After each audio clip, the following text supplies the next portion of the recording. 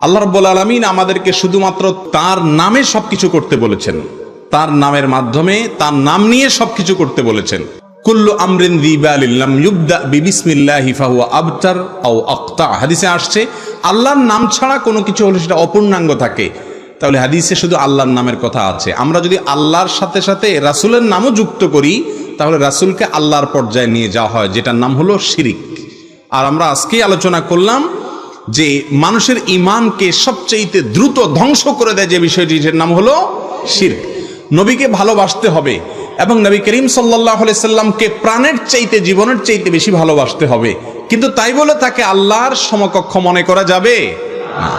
এক ব্যক্তি রাসূল করিম সাল্লাল্লাহু আলাইহি সাল্লামের সময় কথা বলতে গিয়ে এমনভাবে বলেছেন, আল্লাহ এবং তার রাসূল কথাটাকে এমনভাবে বলেছেন মনে হচ্ছে আল্লাহ এবং রাসূল দুই সত্তা মিলে প্রায় এক বা সমপর্যায়ের। তখন নবীজি বলেছেন, বিসাল খাতিবু আন্ত, তুমি অত্যন্ত নিকৃষ্ট আলোচক, লেকচারার, ওয়াইজ, কারণ তুমি রাসূলকে আল্লাহর পর্যায়ে নিয়ে গেছো। আমাদের অনেক ভাইয়েরা বলে আল্লাহ রাসূলের নামে, আল্লাহর নামে হয়, রাসূলের নামে হয় না। এভাবে বলতে পারেন আল্লাহর নামে, রাসূলের পদ্ধতিতে, রাসূলের বাতানো পদ্ধতিতে। এই জন্য কখনো রাসূলকে আল্লাহর পর্যায়ে আনা জায়েজ নাই। আল্লাহর কোনো শরীক আছে, পার্টনার আছে? রাসূলকে যদি আল্লাহর পর্যায়ে নিয়ে যান তাহলে এটা হলো আল্লাহর সঙ্গে পার্টনার সাব্যস্ত করা, যেটা সবচেয়ে বড় অপরাধ। অতএব এভাবে বলা যাবে না, এটা শিরকপূর্ণ কথা। ছোট ছোট কথা আমরা খেয়াল করি না, কিন্তু ঈমান নষ্ট হওয়ার মতো অনেক সময়। সবসময় ঈমান নষ্ট হবে না, ছোট শিরক হলে ঈমান নষ্ট হবে না, কিন্তু অনেক সময় এই ধরনের কথা ঈমান নষ্ট হয়ে যেতে পারে। অনেক সময় আমরা বলি ফরজ নামাজ আল্লাহর জন্য, নফল এবং সুন্নতটা হলো রাসূলের জন্য। অনেকে বলে না নফল কি রাসূলের জন্য? সকল ইবাদত কার জন্য হয়? ইয়্যাকা না'বুদু, হে আল্লাহ শুধু আপনারই ইবাদত করছি। এখানে ফরজ নফল সবগুলো আছে না নেই? অতএব আল্লাহর জন্য একটা, রাসূলের জন্য আরেকটা, ইবাদতের কিছু আল্লাহর জন্য কিছু রাসূলের জন্য, এই কথাগুলো আমাদের ঈমানের সঙ্গে সঙ্গতিপূর্ণ নয়, এগুলো শিরকপূর্ণ কথা। আল্লাহ তাআলা আমাদেরকে বুঝার তৌফিক নসিব করুন। এরপরে যে প্রশ্নটা আসছে, ইমাম সাহেবের বয়স ৪৫ বছর কিন্তু তিনি এখনো বিয়ে করেন নাই, তার পিছনে নামাজ হবে কি? জি ভাই, এদেশে দুই শ্রেণীর মানুষের জন্য সাধারণ মানুষ বেশি মাসআলা তালাশ করেন। তার এক শ্রেণী হলো ইমাম সাহেব, আর অপর শ্রেণী হলেন মহিলারা। যত ফতোয়া দেখবেন, যত মাসআলা দেখবেন, বিশেষ করে খোঁচানো মাসআলা, এগুলো সব ইমাম সাহেবদের বিরুদ্ধে কিছু মুসল্লি আছে সারাদিন খোঁচান, আর মহিলাদের বিরুদ্ধে সহবাসের পরে গৃহস্থলী কাজ করা যাবে কিনা এই প্রশ্ন আমাদের কাছে আসে, কারণ এটা মহিলাদের বিরুদ্ধে। একই কাজ যদি পুরুষ করে তো সেখানে কোনো মাসআলা তালাশ করতে দেখা যায় না। ভাইরা আমার, ইমাম সাহেবদের ভুল ত্রুটি হলে সেটা অবশ্যই ধরিয়ে দিতে হবে, কারণ ইমামের ভুল হলে শত শত লোক তার অনুসরণ করে বিভ্রান্ত হবে। কিন্তু ইমাম সাহেবদের পেছনে অযাচিতভাবে খোঁচাখুচি করা যাবে না। ভাই, প্রশ্নকর্তা যিনি প্রশ্ন করেছেন হয়তো তার উদ্দেশ্য ভালো ছিল, ইমাম সাহেবের বয়স ৪৫, এখনো বিয়ে করে নাই, তার পেছনে নামাজ পড়া যাবে কিনা। আমার প্রশ্ন হলো, কোনো মুক্তাদি সাহেব, কোনো মুসল্লি সাহেব যদি বিয়ে না করেন আর বয়স ৪৫ হয়, তার নামাজ হবে কিনা? কি বলেন আপনারা? নামাজ হবে কি হবে না? তো এই প্রশ্ন কেন করেন না যে মুসল্লির নামাজটা হবে কিনা? মুসল্লি বা মুক্তাদির নামাজ যদি হয়, বিয়ে না করলেও ইমামের নামাজও ইনশাআল্লাহ হবে, কারণ ইমামের জন্য আলাদা কোনো মাসআলা নাই। তবে হ্যাঁ, বিবাহের সামর্থ্য থাকলে সাধারণ এবং স্বাভাবিক অবস্থায় বিবাহ করাটাই হলো নবীর আদর্শ সুন্নাত। এই জন্য ইমাম সাহেব যদি অকারণে বিবাহ না করে নিজের জীবনকে শেষ করে দেন, অনেক যুবকরা আছেন অবৈধ সম্পর্ক করে যখন ফেল খায় এরপরে বলে আর বিয়ে করব না, আছে না নাই? বলে আজীবন আর বিয়ে করব না। এই যুবক আমও হারাইলো, ছালাও হারাইলো। ছালা হারাইলো কেমনে? কারণ সে একটা সুন্নতের উপরে আমল করতে পারত, নবীজির কাছাকাছি যেতে পারত, আখিরাতও ধ্বংস হলো, দুনিয়াও ধ্বংস হলো। ঠিক না ভাই? ঠিক। এই জন্য কেউ যদি বিবাহ না করে সারা জীবন তথাকথিত চিরকুমার থাকে, এটা মুহাম্মদুর রাসূলুল্লাহ সাল্লাল্লাহু আলাইহি সাল্লামের আদর্শ না, কিন্তু এর সাথে নামাজের কোনো সম্পর্ক নাই। কারোর হয়তো বিবাহ করার ক্ষমতাই নেই, সে বেচারা করলো না, তো এর সাথে তার নামাজ না হওয়ার কোনো সম্পর্ক নাই। এই মানুষের নামাজ বিশুদ্ধ হবে ইনশাআল্লাহ, যদি তিনি অন্য কোনো অসৎ উদ্দেশ্যে ওই যে ছ্যাঁকা খেয়ে বিয়ে না করার যে ব্যাপারটা, এরকম কিছু যদি না থাকে। তো ইমাম সাহেবের ব্যাপারে এটা কল্পনা করা যায় না যে তিনি ছ্যাঁকা খেয়েছেন, এটা তো আমাদের যুবক ভাইয়েরা বন্ধুরা বেশিরভাগ খায় এরকম। জি, যাক, আমরা আমাদের যুবক ভাইদের জন্য দোয়া করি, তাদের আমও থাকুক ছালাও থাকুক। আলহামদুলিল্লাহ। চমৎকার একটি প্রশ্ন পেয়েছি। মাহফিলগুলোতে বা অনেক জায়গায় হুজুররা বলেন, কথা বলেন ঠিক কিনা, এটা আসলে ঠিক কিনা? চমৎকার প্রশ্ন ভাই, এবং খুবই দরকারি প্রশ্ন। এই প্রশ্নটা অনেকেই করেন যে হুজুর ওয়াজ করে আবার দর্শকদেরকে জিজ্ঞাসা করেন বলেন ঠিক কিনা। দর্শকরাই যদি ঠিক বেঠিক ঠিক করে দেয় তাহলে হুজুরের দরকারটা কি? এই যে আবার ঠিক বললেন। যাই হোক ভাই, দেখেন, উপস্থিত শ্রোতাদেরকে মাঝে মধ্যে তাদের আগ্রহ এবং অ্যাটেনশন তাদের মধ্যে সৃষ্টি করবার জন্য, মনোযোগকে নিবদ্ধ করবার জন্য এরকম প্রশ্ন রাখা জায়েজ আছে। এটা ঠিক কি না, বা এরকম আছে কি না, এরকম জিজ্ঞেস করা জায়েজ আছে। প্রমাণ, আল্লাহ রাব্বুল আলামিন কোরআনে কারীমে বহু জায়গায় মানুষকে জিজ্ঞাসা করেছেন, আলাইসাল্লাহু বিআহকামিল হাকিমিন, আল্লাহ কি সকল শাসকদের শ্রেষ্ঠ বড় শাসক নন? এটা কি আল্লাহ জিজ্ঞাসা করছেন না? তাহলে আল্লাহ জিজ্ঞাসা করলেন কেন? আল্লাহ জিজ্ঞাসা করেছেন এর মানে কি আল্লাহ জানেন না? নাউজুবিল্লাহ, আল্লাহ তো অবশ্যই জানেন। মানুষকে জিজ্ঞাসা করেছেন কারণ জিজ্ঞাসা করে তার উত্তর দেওয়া, এটার মাধ্যমে মানুষের মধ্যে আগ্রহ অনেক সময় বাড়ে। আর তাছাড়া মানুষকেও তার মনোযোগকে আকৃষ্ট করা হয়। আমাদের প্রিয় নবী সাল্লাল্লাহু আলাইহি সাল্লাম প্রায় সময় তার মজলিসে সাহাবীদেরকে জিজ্ঞাসা করতেন বিভিন্ন প্রশ্ন। তখন সাহাবীরা বলতেন আল্লাহু ওয়া রাসূলুহু আ'লাম, না জানা থাকলে বলতেন এ বিষয়ে আল্লাহ এবং তার রাসূল ভালো জানেন। তাহলে এই যে নবীজি প্রশ্ন করে সাহাবীদের আগ্রহ তৈরি করতেন, এরপরে বলতেন অতএব ঠিক কিনা, আছে কিনা, এটার উত্তর কি, এ ধরনের প্রশ্ন শ্রোতাদের কাছে রাখা এটা কোনো অন্যায় বা ভুল কিছু না। জি, চেয়ারে বসে নামাজ পড়লে নামাজ হবে? একটি কমন প্রশ্ন, আজকাল অনেকে আমাদের এই প্রশ্নটি করতে দেখা যায়। দেখুন, যেই ব্যক্তি দাঁড়ানোর ক্ষমতা রাখে তাকে দাঁড়িয়ে সালাত আদায় করতে হবে। দাঁড়ানোর ক্ষমতা রাখে তিনি বসে বসে যদি সালাত আদায় করেন সালাত হবে না।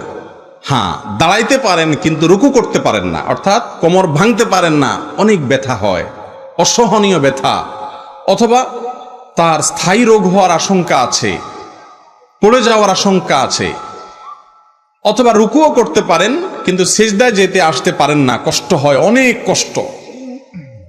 তাহলে সেক্ষেত্রে সেই ব্যক্তি দাঁড়াতে পারলে দাঁড়াবেন, রুকুর সময় সে বসে চেয়ারে বসে ইশারায় রুকু করে সালাত আদায় করতে পারবেন। আর যদি রুকুও করতে পারেন স্বাভাবিকভাবে তাহলে দাঁড়াইতেও হবে, রুকুও করতে হবে, সেজদা যাওয়ার সময় চেয়ারে বসে ইশারায় সেজদা করলে সালাত আদায় হবে। একচেটিয়া চেয়ারে বসে নামাজ হবে না, এই ফতোয়াও সঠিক না। আবার একটু কোমর ব্যথা হইলেই চেয়ারে বসে নামাজ শুরু করে দেওয়া, সেটাও সঠিক না। আজকাল মসজিদগুলোতে যে পরিমাণ চেয়ার পাওয়া যায়, মসজিদকে এখন বাইতুল কুরসি মনে হয়। বাইতুল কুরসি মানে বুঝেন তো, চেয়ারের ঘর মনে হয়, যে কোনো চেয়ারের শোরুম টুম, এক প্রান্ত ধরে শুধু প্লাস্টিকের চেয়ার আর চেয়ার, মানে চেয়ারের দোকানে আসছে কিনা সন্দেহ দেখা দেয়। 10 বছর 20 বছর আগেও তো এত কোমর ব্যথার রোগী দেশে ছিল না, কিন্তু এখন কোত্থেকে এত আসছে। সারা দুনিয়া দাবড়ায় বেড়ায়, লাফায় লাফায় হাঁটতে হাঁটতে মসজিদে আসছে, মসজিদে এসে ধপাস করে বসে চেয়ারে নামাজ পড়তেছে। একটু কোমর ব্যথা হয়েছে, বলে যে শরীরটা খারাপ, চেয়ারে বসে নামাজ পড়া শুরু করছে। এই ফ্যাশন করে সালাত আদায় করলে সেই সালাত হবে না। হ্যাঁ, আপনি রুকু করতে পারেন না, সিজদা করতে পারেন না, অসহনীয় ব্যথা যন্ত্রণা, অথবা এরকম যদি আপনি করতে থাকেন, একজন দিনদার এবং অভিজ্ঞ ডাক্তার, দুই যোগ্যতা থাকতে হবে ডাক্তারের মধ্যে। যে ডাক্তার নামাজ কালামের গুরুত্ব বুঝেন এবং ডাক্তারও ভালো, তিনি যদি বলেন যে না, আপনি এভাবে নিয়মিত রুকু সিজদা করলে আপনার স্থায়ী রোগ হতে পারে, তখন আপনি বসে রুকু সিজদা করতে পারবেন। যে ব্যক্তি দাঁড়ানোরও ক্ষমতা রাখে না, তিনি বসে বসে হাত বেঁধে সালাত আদায় করতে পারবেন। ফাত্তাকুল্লাহ মাস্তাতা'তুম, আল্লাহ বলেছেন তোমাদের যতটুকু সাধ্যে কুলায় ততটুকু আল্লাহকে ভয় করো। অতএব আপনার সাধ্য যেখানে শেষ হয়ে যাবে তারপরে বিকল্প আপনি নিতে পারবেন ইনশাআল্লাহ। আলহামদুলিল্লাহ। পরের প্রশ্নটি হচ্ছে যে ব্যভিচার যারা করে তাদের কি বিচার হবে? জি ভাই, ব্যভিচার মানে জেনা, যারা জেনা করে তাদের বিচার হবে কিনা? অবশ্যই বিচার হবে। জেনা এমন একটি অপরাধ যে অপরাধের সাজা আল্লাহ তাআলা দুনিয়াতে রেখেছেন। অবিবাহিত যদি হয় তাহলে তাদের শাস্তি বেত্রাঘাত, বিবাহিত হলে তাদের শাস্তি মৃত্যুদণ্ড, রজম। কোরআনে কারিমে সুস্পষ্টভাবে আল্লাহ রাব্বুল আলামিন জেনার শাস্তি সম্পর্কে আলোকপাত করেছেন। আর আখিরাতে যদি কেউ জেনার শাস্তি করে তওবা ছাড়া, গুনাহ আল্লাহর কাছ থেকে মাপ নেওয়া ছাড়া যায়, তাহলে সেক্ষেত্রে তার শাস্তি কি হবে? প্রিয় নবী সাল্লাল্লাহু আলাইহি ওয়াসাল্লাম মেরাজে সেটি দেখে এসেছেন। অত্যন্ত ভয়াবহ শাস্তির কথা বলা হয়েছে। জাহান্নামের আগুনে তাদের শাস্তি দেওয়া হবে, বিভিন্নভাবে শাস্তি দেওয়া হবে। এই জন্য বিশেষ করে আমার যুবক ভাইয়েরা, যুবতী বোনরা যারা শুনছেন, এমন একটা সময় আমরা পার করছি, যুবক ভাইদের যৌবনে কোনো কালিমা লাগে নাই এমন যুবক পাওয়া বড় কঠিন হয়ে গেছে। ভাইরা আমার, বৃদ্ধ বয়সে সিজদায় যাবেন, রুকুতে যাবেন, তাসবিহ তেলাওয়াত করবেন, আপনার চোখের সামনে ভাসবে আপনার যৌবনকালের সে সমস্ত ভ্রষ্টতা, নষ্টতা, নোংরামি, অসভ্যতা, অশ্লীলতা আর জেনা ব্যভিচারের দৃশ্যগুলো। ঠিক না ভাই? ঠিক। আপনি সিজদায় যাবেন, আপনার চোখের সামনে ভাসবে আপনার সেই ফেলে আসা দিনগুলোর অসভ্যতা এবং নোংরামিগুলো। অপরাধের অদৃশ্য দাহন আপনাকে জ্বালাতে থাকবে। যৌবনকাল ওয়ান টাইম চলে যাবে একভাবে। ভাইরা আমার, যদি এটাকে পবিত্র রাখতে পারেন, সংগ্রাম করতে পারেন শয়তানের বিরুদ্ধে, নিজের বিরুদ্ধে, ইনশাআল্লাহ বিইذনিল্লাহ আপনার এই যৌবনকালকে সারা জীবন আপনি এনজয় করে যাবেন, ইবাদতে মজা পাবেন।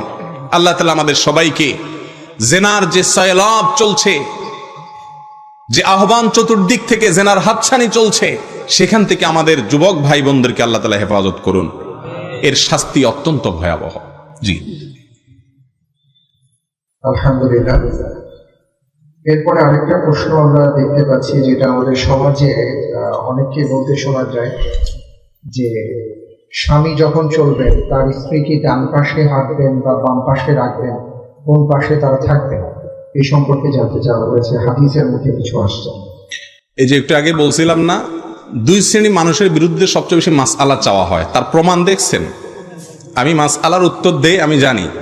এক হলো ইমাম সাহেবদের বিরুদ্ধে, ইমাম সাহেব বাঁকা হাঁটলে তার পিছনে নামাজ পড়া যাবে কিনা, ইমাম সাহেব যদি পান খায় তার পিছনে নামাজ পড়া যাবে কিনা, ইমাম সাহেবের যদি টুপি বাঁকা থাকে তার পিছনে নামাজ পড়া যাবে কিনা, ইমাম সাহেবের যদি চাদরটা ছেঁড়া থাকে নামাজ পড়া যাবে কিনা, কত যে মাসআলা শুধু ইমাম সাহেবদের বিরুদ্ধে আর মহিলাদের বিরুদ্ধে। এই যে দেখেন প্রশ্নের স্টাইল দেখেন, স্বামীর ডান পাশে থাকতে হবে কিনা, কেন স্ত্রীর বাম পাশে স্বামী থাকতে হবে কিনা, এই কথা কেন বলছেন না? মাসালাটা কেন মহিলাদের উপরে ঘুরাচ্ছেন শুধু? যাই হোক ভাই, এটি কুসংস্কার। আমাদের দেশে অনেকে মনে করেন যে রাস্তায় চলতে হলে স্ত্রী স্বামীর ডানে, স্ত্রী তার স্বামীর ডান পাশে থাকতে হবে। অনেকে মনে করে বিছানায় যখন তারা ঘুমাতে যাবেন তখনও বিশেষ কোনো এক পাশে থাকতে হবে, স্বামীর ডানে বা বামে। এরকম কোনো কথা কোরআন হাদিসে নাই, এগুলা ভুয়া কথাবার্তা। এমনকি আরো নানা রকমের কথা প্রচলিত আছে এই ডানে বামে নিয়ে। হ্যাঁ, সালাত যদি স্বামী স্ত্রী একসাথে আদায় করেন তাহলে স্বামী সামনে দাঁড়াবেন, স্ত্রী পেছনে দাঁড়াবেন, এখানে ডান আর বাম নাই। কথা কি বুঝাইতে পারছি? এছাড়া কোনো জায়গায় স্বামীর ডানে থাকতে হবে বামে থাকতে হবে এমন কোনো কথা কোরআন হাদিসে, ডানে বামে সামনে পিছে সব জায়গায় থাকতে পারবে স্ত্রী। এত বেশি স্বাধীনতা আল্লাহ তাআলা দিয়েছেন স্ত্রীকে, যেমন পুরুষকে দিয়েছেন। অতএব ধর্মের নামে এ সমস্ত কথা বলে ধর্মের অবমাননা এবং অপমান কেউ করবেন না। জি, পরের প্রশ্ন আসছে যে কারিগরি শিক্ষা নিতে গিয়ে যদি ছেলে মেয়ে একসাথে ক্লাস করে বা পড়ে, সেটা জায়েজ হবে কিনা, অর্থাৎ সহশিক্ষার ব্যাপারটা এখানে আসছে। দেখুন, নারী এবং পুরুষ একসঙ্গে পর্দা ছাড়া যদি একই সাথে মিলেমিশে কোথাও শিক্ষা গ্রহণ করে অথবা কাজ করে, ইসলামী শরীয়ত সেটাকে হারাম করেছে। কেন হারাম করেছে? কারণ নারী এবং পুরুষ একসাথে মিশে একাকার হয়ে গেলে সমাজ অনাচারে পরিপূর্ণ হয়ে যাবে। ঠিক না বেঠিক? সমাজ অস্থিতিশীল হয়ে যাবে, সমাজ নষ্ট হয়ে যাবে, পরিবারগুলো ভেঙে যাবে, স্বামী স্ত্রীর মধ্যে কমিটমেন্ট থাকবে না, সন্তানের সাথে মা বাবার কমিটমেন্ট, শ্রদ্ধা এবং স্নেহের যে সম্পর্ক সেটা থাকবে না। এর সবচেয়ে জ্বলন্ত প্রমাণ হলো সেই সমস্ত দেশগুলো যারা অবাধ মিলামেশার সুযোগ করে দিয়েছে, তাদের দেশে পারিবারিক বন্ধনগুলো কি পরিমাণ টুনকো, বরং ধ্বংস হয়ে গেছে আমরা কে না জানি বলেন। সে সমস্ত দেশে প্রত্যেক স্বামীর বা বেশিরভাগ স্বামীরই গার্লফ্রেন্ড আছে, আবার স্ত্রীর বয়ফ্রেন্ড আছে। মা বাবাদের ঠিকানা বাসা বাড়ি না হয় বৃদ্ধাশ্রম হচ্ছে। ঠিক না বেঠিক? 7-8 উঠলেই ছেলেরা মেয়েরা বাবা মাকে ছেড়ে আলাদা বাসা বাড়ি নিয়ে থাকার তাদের মধ্যে রেওয়াজ প্রচলন দেখা যায়। অতএব নারী এবং পুরুষের অবাধ মেলামেশা এটা সমাজকে ধ্বংস করবে, মানব সভ্যতাকে ধ্বংস করবে। মানুষের সৃষ্টিকর্তা জানেন কিসে অকল্যাণ, সেই জন্য বিধান দিয়েছেন। এই জন্য রাসূল করিম সাল্লাল্লাহু আলাইহি সাল্লাম বলেছেন, খায়রু সুফুফুর রিজালি আউয়ালুহা ওয়া খায়রু সুফুফুন নিসাই আখিরুহা। নামাজের মধ্যেও যদি নারী এবং পুরুষ একত্র হয়, তাহলে পুরুষরা আলাদা পৃথকভাবে সামনে সফ করবেন, কাতারে দাঁড়াবেন, আর মেয়েরা পৃথকভাবে আলাদা সফ করে কাতার করে দাঁড়াবেন। একসাথে দাঁড়ানোর কোনো সুযোগ নাই। আমাদের দেশে একটা গ্রুপ আছে হেজবুত তাওহীদ নাম। এদের দেখবেন যে বিভিন্ন সভা সমাবেশে মহিলাদেরকে সামনে বসায়, লেডিস ফার্স্ট। ঠিক না বেঠিক? ভাই, কাজের ক্ষেত্রে সেবার ক্ষেত্রে অবশ্যই লেডিস ফার্স্ট, কিন্তু সব জায়গাতে লেডিস ফার্স্ট অথবা লেডিসে আপনি আপনার মধ্যে জগা খিচুড়ি করে যদি মিশায় নেন, তাহলে সমাজে অশান্তি হবে, বিশৃঙ্খলা হবে, জেনা ব্যভিচার বাড়বে এবং সম্পর্কগুলো নষ্ট হবে। ঠিক না বেঠিক? এই জন্য রাসূল করিম সাল্লাল্লাহু আলাইহি সাল্লাম বলছেন, পুরুষদের সামনের কাতার ভালো, নারীদের পেছনের কাতার ভালো। আর হেজবুত তাওহীদ বলছে নারীদের সামনের কাতার ভালো, পুরুষদের পেছনের তাওহীদ ভালো। হেজবুত তাওহীদ সত্যবাদী না আমার রাসূল সত্যবাদী? কোনো সন্দেহ করার সুযোগ আছে? তাহলে বোঝা গেল এগুলো হেজবুত তাওহীদ না হেজবুত শয়তান। আল্লাহ তাআলা এদের কুচক্রান্ত থেকে, এদের চক্রান্ত থেকে, ষড়যন্ত্র থেকে এদেশের মানুষের ঈমান আমলকে আল্লাহ তাআলা হেফাজত করুন। জি মুহতারাম, পরের প্রশ্নটি হচ্ছে, স্বপ্নদোষ হলে রোজা ভেঙে যাবে কিনা? না ভাই, স্বপ্নদোষ হলে রোজা ভাঙবে না। যদি রমজান মাসে বা আপনি রোজা রাখার পর দিনের বেলায় স্বপ্নদোষ হয়, স্বপ্নদোষ হলে গোসল ফরজ হবে, কিন্তু রোজা ভাঙবে না ইনশাআল্লাহ। জি। মুরগির ড্রেসিং করার ব্যাপারে একটু বলবেন। অনেকে বলেন যে ড্রেসিং করা মুরগি নাকি হারাম। খুবই গুরুত্বপূর্ণ একটি প্রশ্ন। এদেশের অনেক ওলামা একরাম এই মাসআলাটি বলেন, অর্থাৎ তাদের মত হলো যে মুরগিকে যদি ড্রেসিং করা হয়, গরম পানিতে চুবিয়ে এরপরে যে মেশিনের মাধ্যমে যদি তার পরগুলো আলাদা করা হয়, তাহলে সেক্ষেত্রে সে মুরগি খেতে অনেক আলেমরা নিষেধ করেন। এই প্রশ্নের উত্তরে ডক্টর খন্দকার আব্দুল্লাহ জাহাঙ্গীর রাহিমাহুল্লাহ বলেছেন যে ওলামা একরাম যে যুক্তিতে নিষেধ করেন সেটা হলো, ওনারা মনে করেন যে মুরগির পেটের ভেতরে নাড়ি ভুড়ি যদি থাকে, পায়খানা মলমূত্র আছে, এই অবস্থা যদি গরম পানিতে চুবানো হয়, তাহলে ওই গরম পানিতে ওই মলমূত্র সবগুলো সিদ্ধ হয়ে গলে গোশতের সাথে মিশে যেতে পারে, নাপাক হয়ে যেতে পারে গোশতটা। সেজন্য আলেমরা নিষেধ করেন। কিন্তু আব্দুল্লাহ জাহাঙ্গীর রাহিমাহুল্লাহ বলেছেন যে মাত্র কয়েক সেকেন্ডের জন্য চুবানো হয়, সামান্য সময়ের জন্য চুবানো হয়। এত অল্প সময়ে আসলে ওই মুরগির ভেতরকার ময়লা গোশতের ভেতরে প্রবেশ করে না। যে তার প্রমাণ কি? তার প্রমাণ হলো গোশতের মধ্যে কোনো মলমূত্রের গন্ধ আসে না, কোনো বর্ণ আসে না, কোনো আলামতও আসে না। অতএব এটি জায়েজ হবে ইনশাআল্লাহ, সেটাই হলো বেশিরভাগ মনে হয়। তবে নিরাপদ হলো ড্রেসিং করার আগে পেটের নাড়িবুড়ি ফেলে দিয়ে এরপরে গরম পানিতে ড্রেসিং করা। দোকানদার ভাইরাও যদি এইভাবে করেন, তাহলে মানুষ সন্দেহের ঊর্ধ্বে উঠে যেতে পারেন। জি। অনেক সুন্দর একটি প্রশ্ন রয়েছে মোহতারাম। সব মানুষেরই পাপ থাকে, তবে কোন রকম শাস্তি ছাড়া জান্নাতে যাওয়ার উপায় নেই। মাশাআল্লাহ, খুব চমৎকার একটা প্রশ্ন। পাপ তো সবারই আছে, তো পাপ থাকার পরেও সোজা জান্নাতে চলে যাওয়ার উপায় কি? এটার উপায় হলো অটো পাস। এই যে করোনা ভাইরাসের কারণে স্কুলে ছেলেদেরকে মেয়েদেরকে আমাদের শিক্ষার্থীদেরকে অটো পাস করে দেওয়া হয়েছে না? তো আল্লাহ যদি এরকম অটো পাস টাস করে দেয় তাহলে একটা সুযোগ পাওয়া যেতে পারে। কিন্তু ভাইরা আমার, আল্লাহর কাছ থেকে অটো পাসের জন্য মৌলিকভাবে দুটি শর্ত। এক, শিরক মুক্ত ঈমান থাকতে হবে। যদি ঈমানের মধ্যে শিরক থাকে তাহলে সেক্ষেত্রে কোনো অবস্থাতে অটো পাসের কোনো সুযোগ নাই। আল্লাহ রাব্বুল আলামিনের কাছে অটো পাস পেতে হলে যেই কাজটি করতে হবে তা হলো শিরক মুক্ত থাকতে হবে। শিরক করে যদি কেউ মারা যায়, আল্লাহ তাআলা আগাম ঘোষণা দিয়েছেন সে অটো পাস টাস হবে না, সে সোজা কোথায় যাবে? জাহান্নামে যাবে। ইন্নাল্লাহা লা ইয়াগফিরু আন ইউশরাকা বিহি, আল্লাহর সঙ্গে শিরক করে মারা গেলে, তওবা ছাড়া মারা গেলে তাকে আল্লাহ তাআলা মাফ করবেন না। মুসনাদ আহমদে বর্ণিত হাদিসে নবী সাল্লাল্লাহু আলাইহি ওয়াসাল্লাম বলেছেন, আদ-দাওয়াবিনু ইনদাল্লাহি সালাসা, আল্লাহর কাছে তিন ধরনের মামলা উঠবে। তার ভিতরে এক ধরনের মামলা হলো শিরক সংশ্লিষ্ট মামলা। এটা জামিনের অযোগ্য, ক্ষমার অযোগ্য, সরাসরি জাহান্নাম। এজন্য শিরক থেকে বেঁচে থাকার জন্য চেষ্টা করতে হবে। এক। দ্বিতীয় হলো বান্দার হক নষ্ট করা যাবে না। ওই যে আজকে 4টা পয়েন্ট বলেছি, 2টা পয়েন্ট এর মধ্যে চলে আসছে। দেখেন, বান্দার হক নষ্ট করা যাবে না। মানুষের অধিকার যদি নষ্ট করেন, কিয়ামতের দিন আল্লাহ নিজেও বলবেন যে এই মামলা আমি নিষ্পত্তি করব না।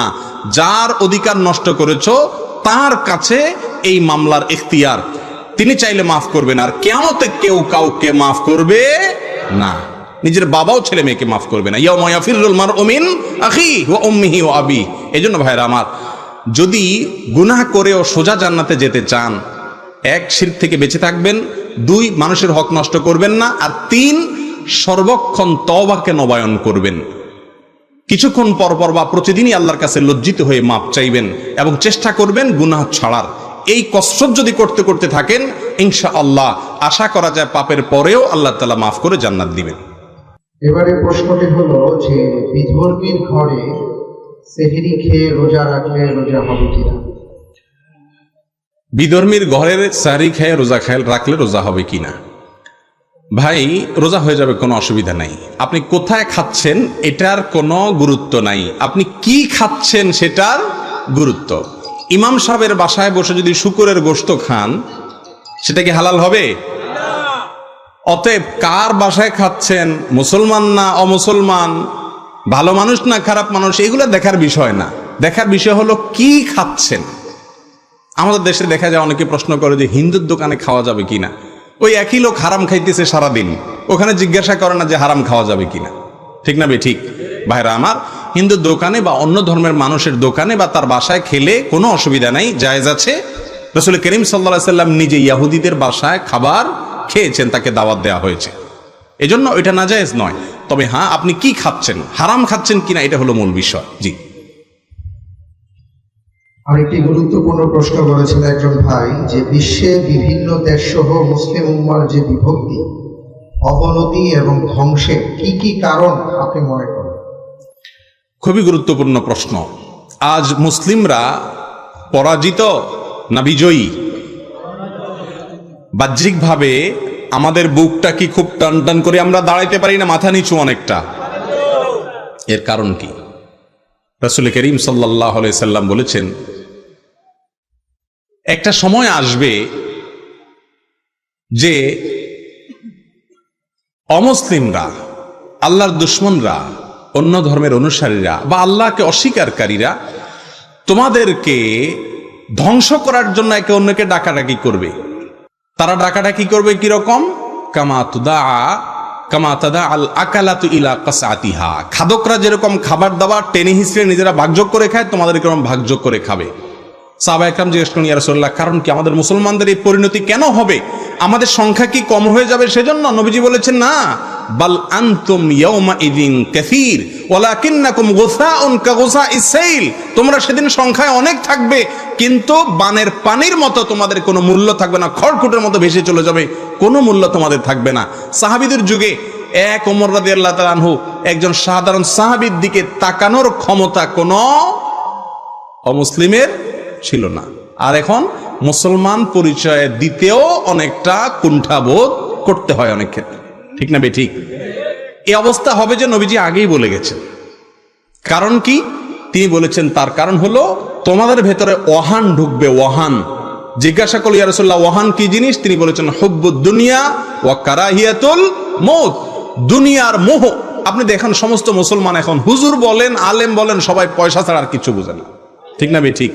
সবাই হাজী সাহেব গাজী সাহেব সব সাহেবের শুধু পয়সা চাই, দুনিয়া দুনিয়া দুনিয়া। দুনিয়ার মোহ যখন ভরে যাবে মুসলমানদের মধ্যে, আর মৃত্যু ভীতি এটা যখন অনেক বেশি হয়ে যায় মানুষের মধ্যে, তখন লাঞ্ছনা অবধারিত হয়ে যাবে। অতএব এটি একটি কারণ। আরেকটি কারণ হলো, শাখা কারণ হলো, কোরআন এবং হাদিসের ইলমের কোনো চর্চা নাই। আজ মুসলমান নামে ইসলাম সম্পর্কে কোনো ধারণা আমাদের মধ্যে নাই, তাওহীদ আমাদের মধ্যে নাই, রাসূল করিম সাল্লাল্লাহু আলাইহি সাল্লামের পদ্ধতির অনুসরণের গুরুত্ব আমাদের মধ্যে নাই। আমরা ঐক্যের গুরুত্ব বুঝি না। যদি বুঝতাম তাহলে এক অন্যের বিরুদ্ধে বিষোদ্গার করতাম না। শায়েখ, অনেকগুলো প্রশ্ন আমার হাতে আছে। প্রচলিত মিলাদ জায়েজ কিনা, না জায়েজ হলে ইসলামের মধ্যে ক্ষতিকর দিকগুলো কি কি, এবং সুন্নত অনুযায়ী পালন করার কোনো পদ্ধতি আছে কিনা দয়া করে জানাবেন। ভাই, মিলাদের মধ্যে যা পাঠ করা হয় সেটা হলো বহুলাংশে পাঠ করা হয় নবীজির প্রতি দুরূদ। নবীজির প্রতি দুরূদ পাঠ করা এটা ভালো কাজ না খারাপ কাজ? শুধু কি ভালো কাজ? রাসূল করিম সাল্লাল্লাহু আলাইহি সাল্লাম বলেছেন মান সাল্লা আলাইয়া মাররাতান সাল্লাল্লাহু আলাইহি আশরা। যে ব্যক্তি আমার প্রতি একবার দুরূদ পাঠ করবে, আমার জন্য দুরূদ পাঠ করা মানে নবীর জন্য দোয়া করা, একবার দোয়া করবে আল্লাহ তাআলা তার প্রতি 10 বার রহমত নাজিল করবেন। এই জন্য দুরূদ পাঠ করা ভালো জিনিস, কিন্তু দুরূদ পাঠের জন্য একত্র হওয়ার নাম হলো মিলাদ। দুরূদ পাঠের জন্য সবাই একত্র হওয়ার নাম কি? মিলাদ। কোরআন এবং হাদিসে দুরূদ পাঠের আমলটাকে ইন্ডিভিজুয়াল আমল হিসাবে রাখা হয়েছে, এটা যার যার আমল, এটার জন্য একত্র হওয়ার কোনো প্রয়োজন। হজ একা একা করার জিনিস না, 5 ওয়াক্ত নামাজ পুরুষরা একা একা পড়ার জিনিস না, এখানে জামাতে পড়তে হয়। কিন্তু দুরূদ এটা পার্সোনাল, ওযু যেরকম যার যারটা করবে, দুরূদটাও যার যারটা সে করবে, এর জন্য একত্র হওয়ার কোনো প্রয়োজন নাই। আপনারা নামাজে যে দুরূদ পড়েন সেটা কি সবাই একসাথে পড়েন না আলাদা আলাদা পড়েন? নাকি ইমাম সাহেবের সাথে সবাই সুর মিলায় পড়ে? যার যারটা শেষে পড়েন না? নামাজের মধ্যে দুরূদ যদি যার যারটা শেষে পড়লে হয়, নামাজের বাইরেও দুরূদ যার যারটা শেষে পড়লে হবে ইনশাআল্লাহ। আর দুরূদের পাশাপাশি মিলাদের মধ্যে দুরূদ পড়তে পড়তে নবীর সম্মানে দাঁড়ায় যাওয়া, এটার নাম হলো কিয়াম। আমি একটা কথা প্রায় বলি, নবীর সম্মানে যদি দুরূদ পড়তে পড়তে দাঁড়ায় যাওয়া লাগে, তাহলে তো আল্লাহর সম্মানে কোরআন পড়তে পড়তে লাফানো উচিত, ঠিক না ঠিক বলেন? নবীর সম্মানে দুরূদ পড়তে পড়তে যদি দাঁড়ায় যাওয়া লাগে, তাহলে তো কোরআন তেলাওয়াতের সময়, কোরআন আল্লাহর কালাম, ওইটা করার সময় তো ফ্যানে ঝুলে থাকা উচিত। বোঝা গেল এগুলোর সাথে আসলে কোনো সম্মানের সম্পর্ক নাই। অনেক সময় দেখা যায় দাঁড়ায়, আবার সবাই গোল হইয়া দাঁড়ায়, মাঝখানে একটা চেয়ার বা বালিশ থাকে নবীজি এসে বসার জন্য, ঠিক না ঠিক? তো নবীজি আসবে কিভাবে? সবাই গোল হইয়া দাঁড়াইছেন, মাঝখানে বালিশ রাখছেন, উনি আসবেনটা কোন দিক দিয়া? সে রাস্তাই তো বন্ধ করে দিছে। বোঝা গেল এগুলো কোনো সঠিক কাজ না। তবে হ্যাঁ, আমাদের যে সমস্ত ভাইরা নবীজির মহব্বতে এই কাজগুলো করছেন, আমরা তাদেরকে ভালোবাসা দিয়ে বোঝাবো এগুলোর কারণে এলাকাতে মারামারি, হানাহানি, গন্ডগোল, ফাসাদ করা জায়েজ নাই। প্রয়োজনে মিলাদ করুক তাও ভালো, কিয়াম করুক তাও ভালো, কিন্তু ঝগড়া করবেন না। জি। প্রেমের বিয়ে জায়েজ কিনা? দেখুন ভাই, প্রেমের বিয়ে জায়েজ কিনা? বিয়ে তো জায়েজ আলহামদুলিল্লাহ, কিন্তু তথাকথিত প্রেম অর্থাৎ বিবাহ বহির্ভূত সম্পর্ক করে তারপরে যদি বিবাহ করে, তাহলে সেক্ষেত্রে বিবাহটা জায়েজ হয়ে যাবে, কিন্তু আগে যে হারাম সম্পর্ক রেখেছে সেটার জন্য আল্লাহর কাছে ক্ষমা চেয়ে যদি ক্ষমা আদায় করতে পারে ভালো, আর না হলে বিবাহের জন্য পুরস্কার পাবে, এরপরে পুরস্কারটা ছিনাই নিয়ে আল্লাহ বলবে আসো এবার গুরুজ নাও। কারণ বিবাহের আগে যে সম্পর্ক করছিল সেটা হালাল না হারাম? হারাম। বিবাহ করছো, সুন্নত আদায় করছো, ক্রেস্ট নাও, এরপরে ক্রেস্টটা বুঝে এবার আসো মুগুর নাও। কথা কি বুঝাতে পারছি? অনেক যুবক ভাইরা বলেন বিবাহের উদ্দেশ্যে প্রেম করলে ওইটা জায়েজ। অর্থাৎ আজকাল তো বেশিরভাগ এই এমনি তো প্রেম জিনিসটাই এটা চিটারি, এটা শয়তানের একটা ভুয়া জিনিস। যুবকদের যৌবন বয়সের ভ্রম, নষ্টামি, এগুলো প্রাপ্তবয়স্ক মানুষের প্রেমের কথা বললেও সে হাসবে, কারণ সে জানে এটা যুবক বয়সের একটা পাগলামি। তো শয়তানের অস্ত্র, এই অস্ত্র দিয়ে শয়তান যুবকদেরকে নষ্ট করে। তো যুবকদেরকে শয়তান আবার মাসালা ডেলিভারি করে এরকম যে বেটা, বেশিরভাগ তথাকথিত অবৈধ প্রেম তো আজকাল সব 2 নম্বরই, এগুলো বিয়ের নিয়তে একটাও করে না, সব বদমাইশের নিয়তেই করে। তুই খালেস নিয়তে বিয়ের নিয়তে করলে তোরটা জায়েজ হবে। এই ফতোয়া শয়তান দেয়। ভাইরা আমার, বিয়ের নিয়তে যদি প্রেম করা জায়েজ হয় তাহলে কোরবানির নিয়তে গরু চুরি করাও জায়েজ। কথা কি বুঝাইতে পারছি? কোরবানির নিয়তে আরেকজনের গরু চুরি করে আনলে জায়েজ হবে? আপনার উদ্দেশ্য ভালো কিন্তু কাজটা খারাপ, সেটা কি ভালো না খারাপ? অতএব আপনার উদ্দেশ্য বিয়ে ভালো কিন্তু তথাকথিত প্রেম করতেছেন, কাজটা খারাপ। অতএব উদ্দেশ্য ভালো হয়ে গেলে খারাপ কাজ কি হবে না, ভালো হয়ে যাবে না। জি জি, আরেকটা প্রশ্ন হলো যে তালাক ছাড়া অন্য জনের কাছে বিয়ে জায়েজ কিনা এবং শালীকে দেখা জায়েজ কিনা? দেখুন ভাই, তালাক ছাড়া অন্য জায়গায় বিয়ে জায়েজ কিনা, যদি স্বামী স্ত্রীর বিচ্ছেদটা চূড়ান্তভাবে হয়ে যায় তাহলে সেক্ষেত্রে ওই স্বামীর জন্য সেই ব্যক্তির সাথে, সেই মহিলার সাথে আর বিয়ে বসা জায়েজ নাই। এই জন্য তালাকের ক্ষেত্রে সুন্নত পদ্ধতি হলো এক তালাক দেওয়া। কয় তালাক দেওয়া? আমাদের দেশে যারা দাম্পত্য জীবনে একটু বেশি বেশিরভাগ মাসে হট মেজাজি, আমি আজ পর্যন্ত এক তালাক দেওয়া মানুষ খুব কম পাইছি খুঁজে। বেশিরভাগ মানুষ তালাক দিলে একসাথে তিনটাও দেয় না, বলে 3000 তালাক, 3 লক্ষ তালাক। তোরে তালাক তো 14 গোষ্ঠী তালাক। ভাই, বউরে তালাক দিলে বউর 14 গোষ্ঠীতে এমনি তালাক হয়ে যায়, কিন্তু 14 গোষ্ঠী ধরে তালাক দেয়। ঠিক না বেঠিক? এগুলো মূর্খতা, এগুলো অসভ্যতা, এগুলো বর্বরতা। দাম্পত্য জীবনে যদি সম্পর্ক ছিন্ন করতে হয় সুন্নাত পদ্ধতিতে তালাক দিবেন, সুন্নাত পদ্ধতি তালাক শিখবেন, জানবেন। একদিন তালাক সম্পর্কে ওয়াজ করা দরকার। শুধুমাত্র বিবাহ করার আগে আমি বলি তালাকের মাসালা জেনে নেন, কারণ পরে তালাক দিয়ে এসে বলবেন হুজুর সরি, বুঝতে পারি নাই। আপনি ছুরি আমার বুকে ভরে দিয়ে যদি বলেন যে সরি, তাতে কি জোড়া লেগে যাবে? তালাকটা এরকম। নবী সাল্লাল্লাহু আলাইহি ওয়াসাল্লাম বলেছেন সালাসুন জিদ্দুহুন্না জিদ্দুন ওয়া হাজলুহুন্না জিদ্দুন। 3টা বিষয় সিরিয়াসলি না, দুষ্টমি করলেও হয়ে যায়। তার মধ্যে একটা হলো তালাক। খবরদার, সাবধান, একটার বেশি তালাক দেওয়া জায়েজ নাই, নিষিদ্ধ, হারাম, বিদআত, তালাকে বিদঈ। একটার বেশি তালাক দেওয়া এই জন্য দিবেন না। যদি একটা দিছেন, আবার কিছুদিন পরে আরেকটা দিছেন, এরপরে আরেকটা দিছেন, 3 দফায় 3টা দিয়েছেন, বাস সম্পর্ক শেষ, আর কখনো ফিরে আসার সুযোগ নাই। জি। আর শালীর সাথে দেখা দেওয়া জায়েজ আছে কিনা? ভাই, অন্য মহিলার সঙ্গে দেখা দেওয়া, অন্য বেগানা রাস্তা মহিলার সাথে দেখা দেওয়া জায়েজ না হারাম? সেটা যদি হারাম হয়, শালীর সাথে দেখা দেওয়া ডবল হারাম। কেন ডবল হারাম বললাম জানেন? কারণ রাসূল আকরাম সাল্লাল্লাহু আলাইহি সাল্লামকে জিজ্ঞাসা করা হয়েছে ঠিক এই প্রশ্ন, ইয়া রাসূলুল্লাহ, দেবর, মেয়েদের জন্য দেবর ভাসুর আর ছেলেদের জন্য শেলিকার বউয়ের বড় বোন, তাদের সম্পর্কে আপনার বক্তব্য কি? নবীজি বলেছেন আল হামু আল মউত। আরে এরা তো হলো মৌতের মতো, মৃত্যু। মৃত্যু দেখে যেরকম ডরাও, এই যে একটু আগে আপনার শিয়াল দেখে যেরকম লাফাইছেন, এরকম ভাবি আপনার দেবর শেলিকা তাদেরকে এরকম লাফাইতে থাকবেন, অর্থাৎ দৌড়াইতে থাকবেন। কথা কি বুঝাইতে পারছি? কারণ তাদের মধ্যে, তাদের দ্বারা ফিতনার ভয় আরো বেশি। রাস্তার মহিলার দ্বারা এত ফিতনার ভয় নাই, এখানে রিস্ক অনেক বেশি। জি। আরেকটি জীবন ঘনিষ্ঠ প্রশ্ন আমরা পেয়েছি যে অনেক সমাজে হিন্দু মুসলমান পাশাপাশি আমরা বসবাস করি, অনেক হিন্দু ভাইদেরকে যখন দেখা যায় আর কি, তখন কি তাদেরকে আদাব বা নমস্কার আমরা দিতে পারবো, বা তারা যদি আমাদেরকে এই কথাগুলো বলে তার জবাবে আমরা কি বলবো? অমুসলিম ভাইদের সাথে দেখা সাক্ষাৎ হলে তাদের প্রতি আমরা স্বাভাবিক যে সৌহার্দ্য প্রকাশ হয়, স্বাভাবিক যে সম্প্রীতি প্রকাশ হয়, সেগুলো আমরা তাদের সাথে আমরা বিনিময় করব। যেমন আপনার সুপ্রভাত, good morning, good evening, welcome, ইংরেজিতে বাংলাতে যা মনে চায় বলেন, সমস্যা নেই। কিন্তু আপনার ধর্মীয় অভিবাদন, সালাম, এটা তাদেরকে দিবেন না। এমনকি তাদের ধর্মীয় অভিবাদনও তাদেরকে দিবেন, কারণ ধর্মটা যার যার, তার তার, নাকি সবার? আজকাল তো কথা উঠছে বলে ধর্ম যার যার, এই উৎসব, এ মজার, এগুলা সব সবার। আমরা সবাই খুব সুবিধাবাদী মুসলমান, বুঝেন না এই কথা? মজার ক্ষেত্রে আমরা সব একাকার হয়ে যেতে চাই, এগুলো জায়েজ না, এগুলো ভুল কথা, শয়তানি কথা এগুলো। ধর্ম যার যার, উৎসবও তার তার, ধর্ম যার যার, কৃষ্টি কালচারও তার তার। অতএব তার ধর্মের কৃষ্টি কালচার তিনি তার ধর্মে চর্চা করবেন, আপনারটা আপনার ধর্মে চর্চা করবেন।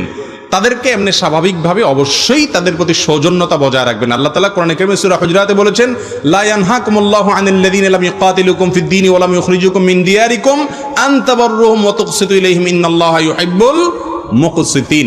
অমুসলিমরা যদি তোমাদের প্রতি জুলুম না করে, তোমাদের সাথে সহাবস্থান করে, তাদের সাথে সুন্দর আচরণ করতে আল্লাহ নিষেধ তো করেনই না, বরং সদাচরণ করলে বা ন্যায়নিষ্ঠ আচরণ করলে আল্লাহ তাআলা তাদেরকে আরো বেশি ভালোবাসেন। জি। ঈমান বাড়ানোর পদ্ধতি, ঈমান বৃদ্ধি হওয়ার পদ্ধতি কি? ঈমান বৃদ্ধি হওয়ার সবচেয়ে সহজ এবং সঠিক এবং সরাসরি পদ্ধতি হলো আল্লাহর কালাম অর্থ সহকারে বুঝে তেলাওয়াত করা, ব্যাখ্যা সহকারে জানা। এটা হলো ঈমান বৃদ্ধি হওয়ার সবচাইতে সরল পদ্ধতি। আল্লাহ তাআলা কোরআনে কারীমে বলেছেন, ওয়া ইযা তুলিয়াত আলাইহিম আয়াতুনা যাদাতহুম ঈমানা। যখন আল্লাহর আয়াতকে তেলাওয়াত করা হয় তখন মানুষের ঈমান বাড়ে। এজন্য কোরআনের আয়াত তেলাওয়াত করবেন, অর্থ সহকারে বুঝবেন, আল্লাহর কথা জানবেন। যত বেশি জানবেন তত বেশি ঈমান বৃদ্ধি হবে। কোরআন অর্থ সহকারে বুঝেন এমন কোন মানুষ এখানে আছেন? থাকলে একটা হাত তোলেন তো। বুঝে পড়েন কোরআন অর্থ সহকারে, বাংলা কোরআন, কোন আলেমের তত্ত্বাবধানে থেকে। দেখেন কয়টা হাত উঠছে, সুবহানাল্লাহ। আচ্ছা, হাত নামান। এমনি বুঝা ছাড়া কোরআন তেলাওয়াত করেন এরকম মানুষ যারা আছেন হাত তোলেন। এবার প্রায় 100% হাত উঠবে, ঠিক না বে ঠিক? কোরআন কি শুধুমাত্র মন্ত্রের মতো পড়ার জন্য আসছে ভাইরা আমার? আল্লাহ কোরআন দিয়েছেন আমাদের পথ দেখার জন্য, আর পথ কোরআন থেকে পেতে হলে বুঝতে হবে না? এজন্য বোঝার চেষ্টা করবেন। আল্লাহ তাআলা আমাদের সবাইকে তৌফিক নসিব করুন। জি। সালাত আদায়ের সময় আমরা যে সূরা তিলাওয়াত করি সেটা মনে মনে পড়ি, সেই সময় যদি শ্বাস নিতে হয় ওই সময় কি মনে মনে পড়া যাবে? শ্বাস নিতে হলে মনে মনে পড়া যাবে না। প্রশ্নটা হলো এরকম যে সূরা পড়তে পড়তে আমি এক জায়গায় শ্বাস নিলাম, তো শ্বাস নেওয়ার সময়টা নষ্ট করে লাভ কি? আমি মনে মনে পড়লাম আর কি। আমরা তো আসলে খুব সময়ের হেফাজত করা মানুষ, তাই না? এই যুগে আমরা প্রতিটা সেকেন্ডকে হিসাব করি, ফেসবুকে প্রতিটা স্ক্রলে প্রতিটা টানে সওয়াব হয়, নেকি হয়।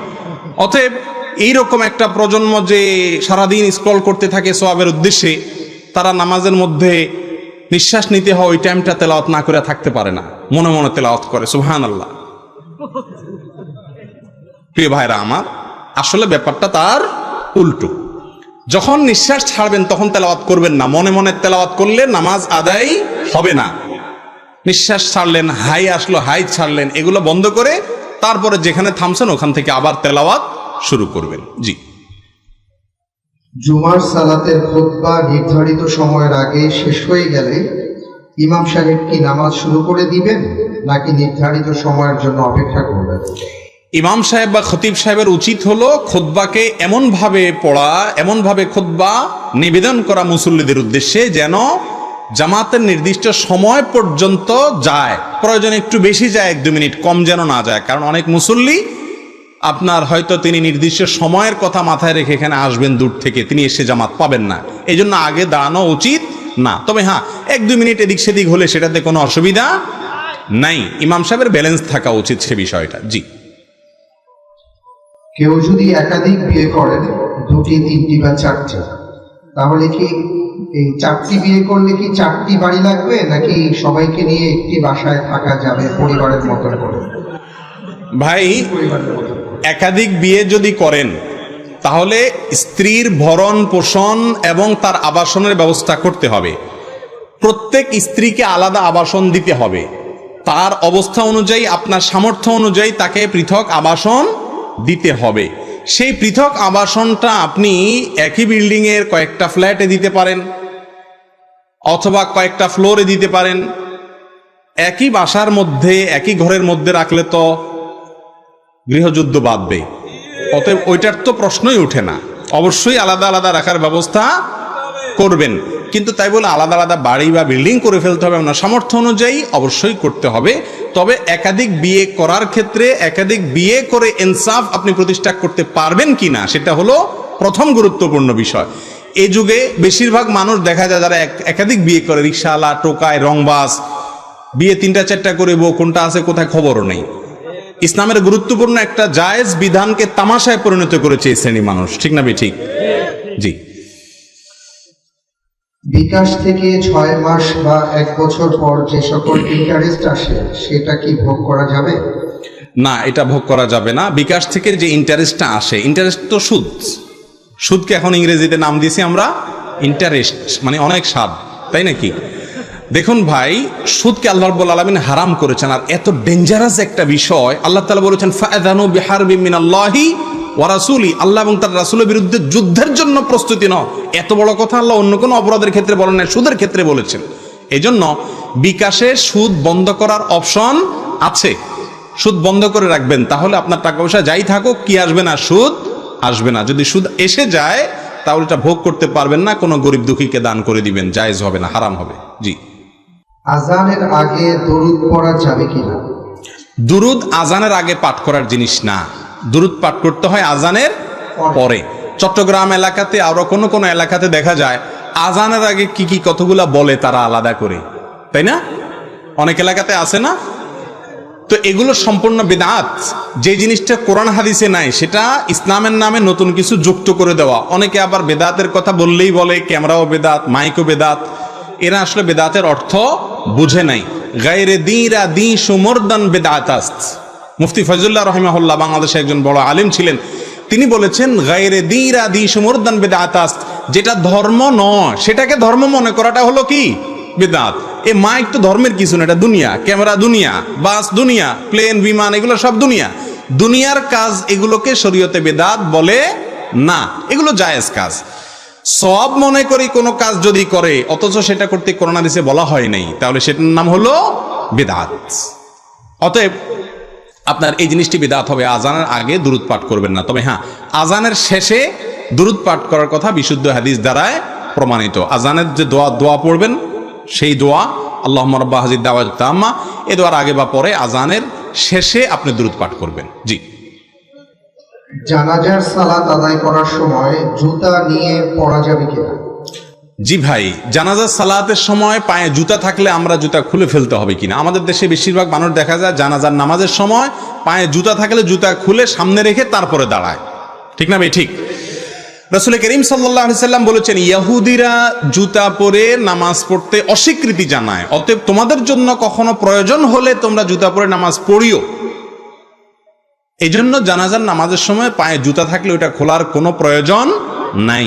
তবে গ্রামে বা এমন কোনো এলাকায় যদি থাকেন যেখানে বিভিন্ন জায়গায় মলমূত্র পড়ে থাকতে পারে, আপনার জুতার তলায় নাপাক লেগে থাকতে পারে, এরকম সম্ভাবনা থাকে, বা আপনি দেখতে পান তলাতে কিছু একটা আছে নাপাক মনে হচ্ছে, তাহলে সেক্ষেত্রে আপনি জুতা সামনে খুলে রেখে অথবা জুতা খুলে তার উপরে দাঁড়াইতে পারবেন। কথা কি বুঝতে পারছি? কিন্তু অটোমেটিক আপনার জানাজার জন্য দাঁড়াইলেই জুতা খুলে ফেলতে হবে এমন কোনো বাধ্যবাধকতা নাই। জি।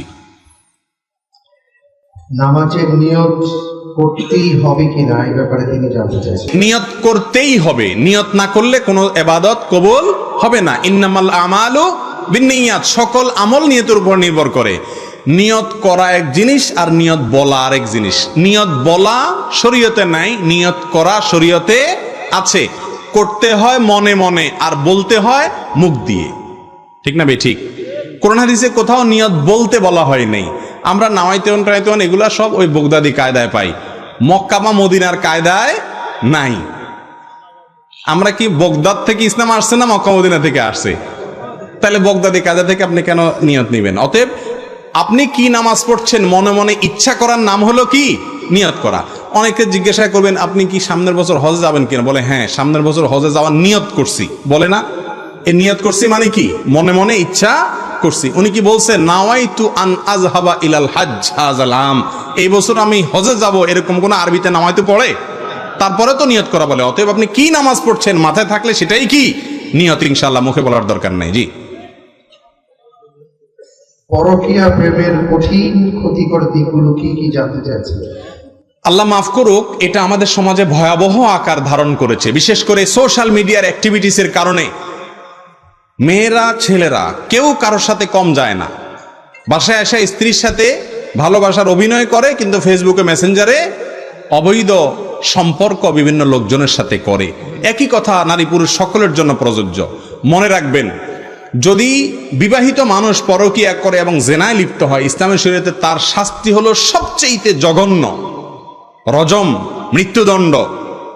আর আখিরাতে তো জাহান্নামের শাস্তি অবশ্যই আছে। মনে রাখবেন, দাম্পত্য জীবনে সুখ আর শান্তি ধ্বংস হয়ে যায় যখন স্বামী তলে তলে স্ত্রীর সঙ্গে খেয়ানত করে, আর স্ত্রীও তলে তলে স্বামীর সাথে ভালোবাসার অভিনয় করে, অন্য কারোর সাথে খেয়ানত করে। আল্লাহ তাআলা আমাদের সবাইকে হারাম কাজগুলো থেকে বেঁচে থাকার মতো ঈমানি শক্তি দান করুন। খুব গুরুত্বপূর্ণ একটি প্রশ্ন মিরাজ সম্পর্কে।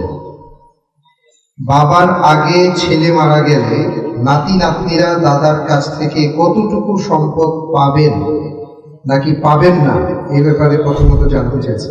দেখুন, দাদা বেঁচে আছেন, বাবা মারা গেছেন, এরকম যদি হয় তাহলে নাতিরা দাদা থেকে কোনো সম্পত্তি ওয়ারিস হিসাবে পাবেন না। কি হিসাবে পাবে না? ওয়ারিস হিসাবে পাবে না। তবে নাতি হিসাবে অবশ্যই দাদার উচিত এবং কর্তব্য এবং নাতিরা পেতে পারেন হেবা হিসাবে, দান হিসাবে। কথা কি বুঝাতে পারছি? ওয়ারিস হিসাবে কেন পাবে না?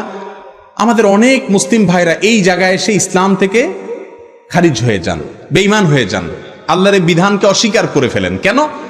তারা বলেন যে এটা কেমন কথা, একটা বাচ্চা তার বাপ মারা গেল, দাদার সম্পত্তিতে কিছুই পাবে না, তো তারা চলবে কেমনে? ভাইরা আমার, এই চিন্তা আপনার না করলে চলবে। ইসলাম সেই ব্যবস্থা রেখেছে। দাদার উপরে ফরজ, অবশ্য কর্তব্য হলো এই নাতি নাতনিরা যতদিন প্রাপ্তবয়স্ক না হবে তাদের ভরণ পোষণ কে দিয়ে যাবে? দাদা দিয়ে যেতে হবে, কারণ বাপের পরে অভিভাবক কে? দাদা।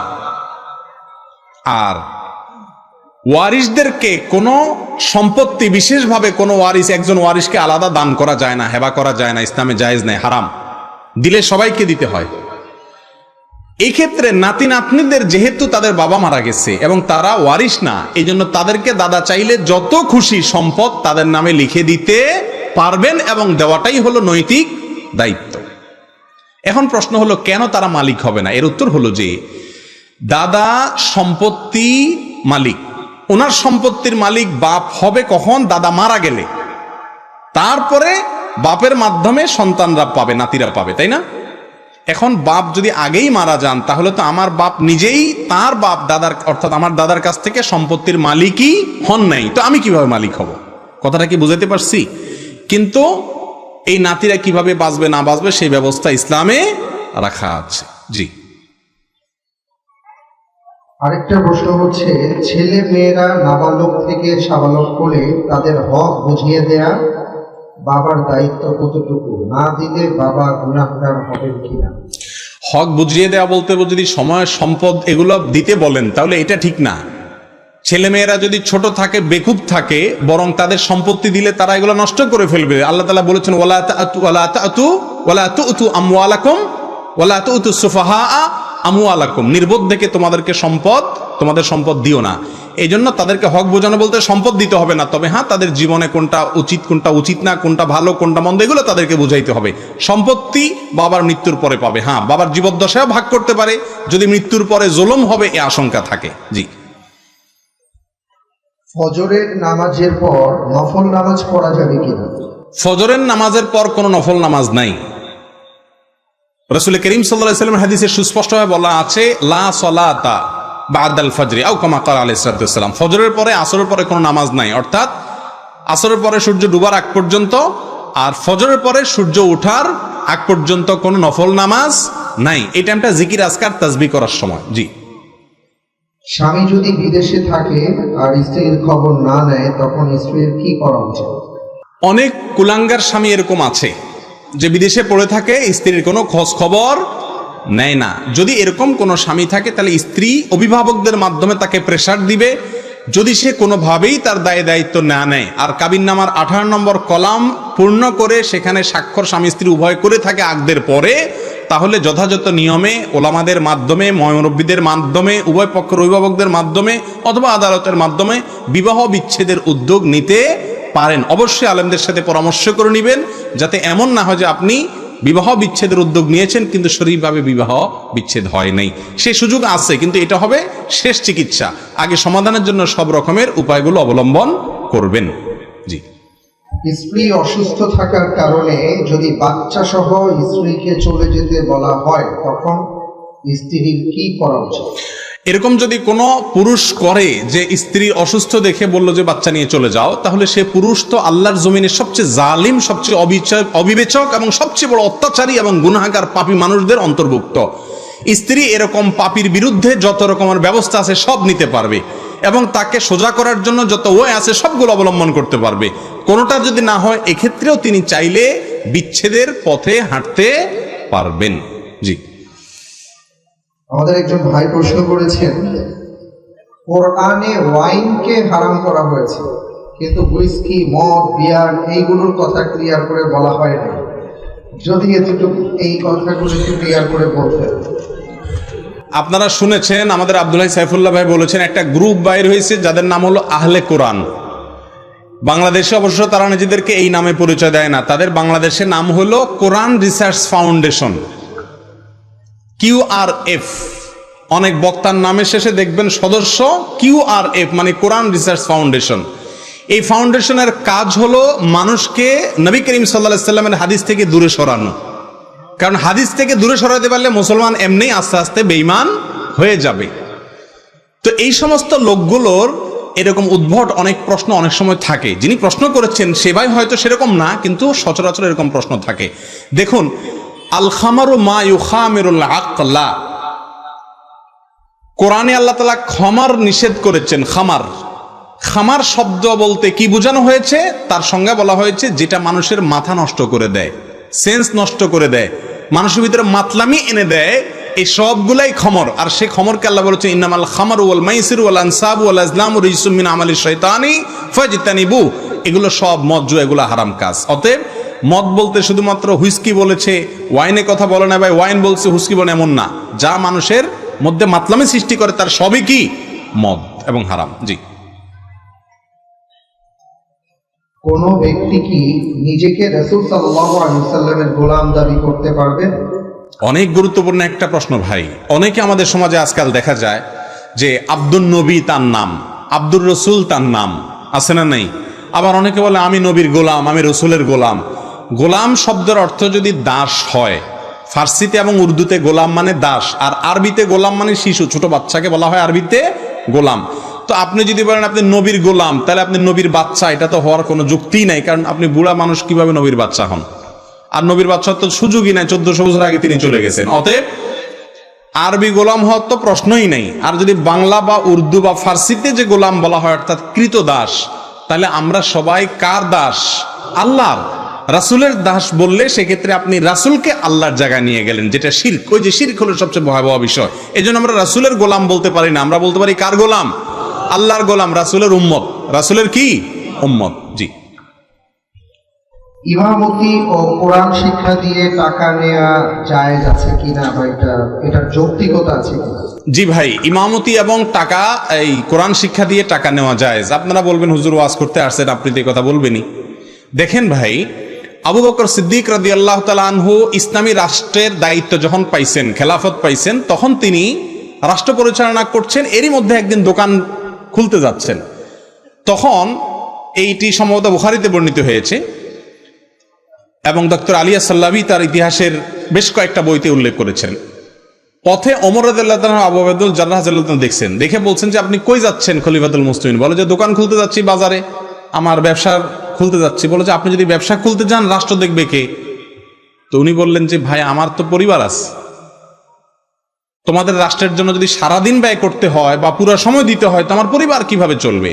তখন খলিফাতুল মুসলিমিন ওমর ইবনুল খাত্তাব রাদিয়াল্লাহু তাআলা আনহু, আবু উবাইদা ইবনুল জাররাহ রাদিয়াল্লাহু তাআলা আনহু তখনকার অর্থমন্ত্রী, তাদের পরামর্শে আবু বকর রাদিয়াল্লাহু তাআলাকে রাষ্ট্রের কোষাগার থেকে ভাতা দেয়া হতো ইসলামী রাষ্ট্র পরিচালনার বিনিময়ে। কোরআন হাদিস কি সাহাবীরা বেশি বুঝছেন না আমরা বেশি বুঝছি? কোনো সন্দেহ আছে? যাদের সামনে কোরআন নাজিল হয়েছে ওনারা বেশি বুঝছেন না আমরা বেশি বুঝছি?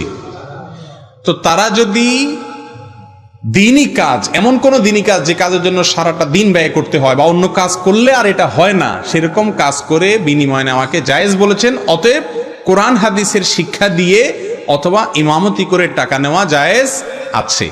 এটা না জায়েজের ফতোয়া এদেশের সবচাইতে জোরালোভাবে যারা দেয় তাদের নাম হলো হেজবুত তাওহীদ।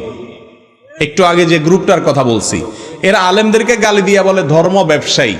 আমার প্রশ্ন হলো, হেজবুত তাওহীদের যে কোটি কোটি টাকার বই পুস্তক বিতরণ, এটা সেটা এই সমস্ত সম্মেলনের খরচের টাকা, এটা কোত্থেকে আসে?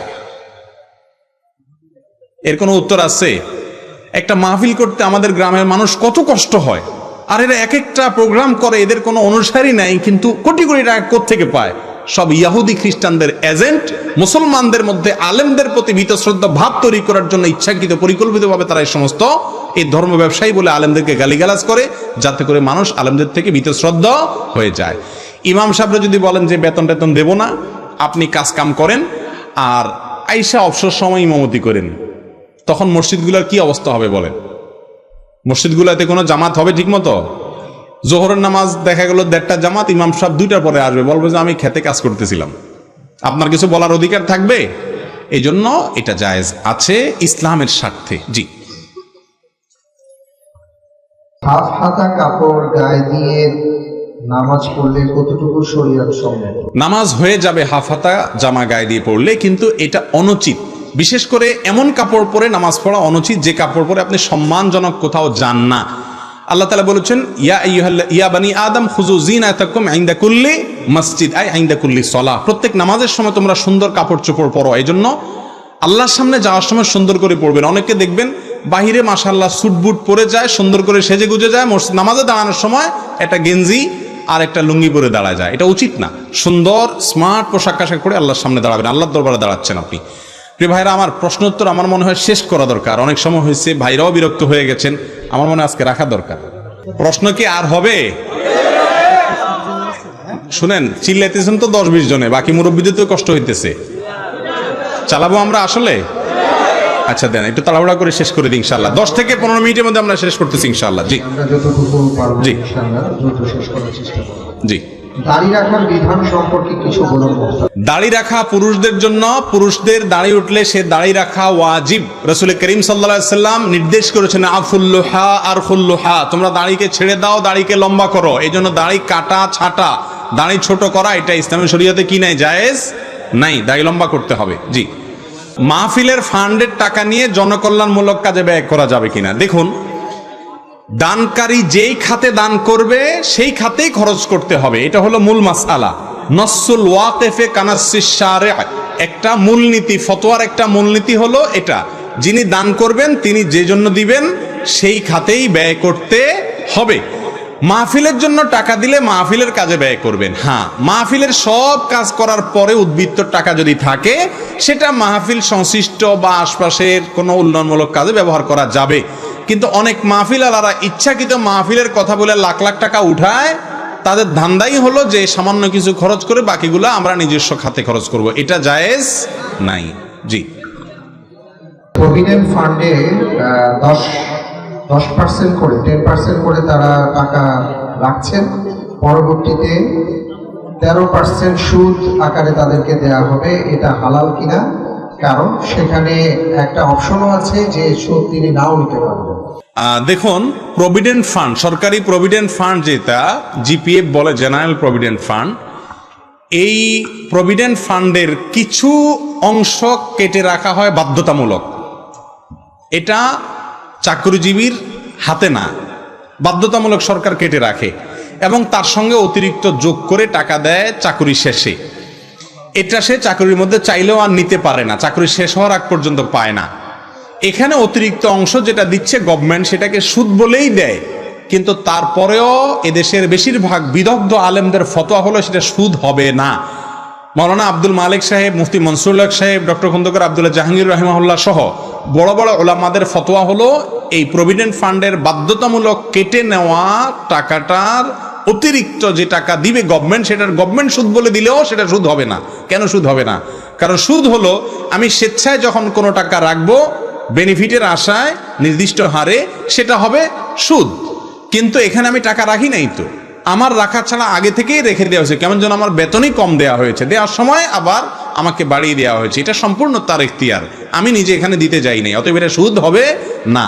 তবে এটা নির্দিষ্ট হার, সম্ভবত 10% এরকম, তারপরে অতিরিক্ত অংশ কাটাইতে পারেন চাকরিজীবী কর্মকর্তা কর্মচারী, সেটা তিনি ইচ্ছা করলে কাটাইতে পারেন, ইচ্ছা করলে নাও পারেন।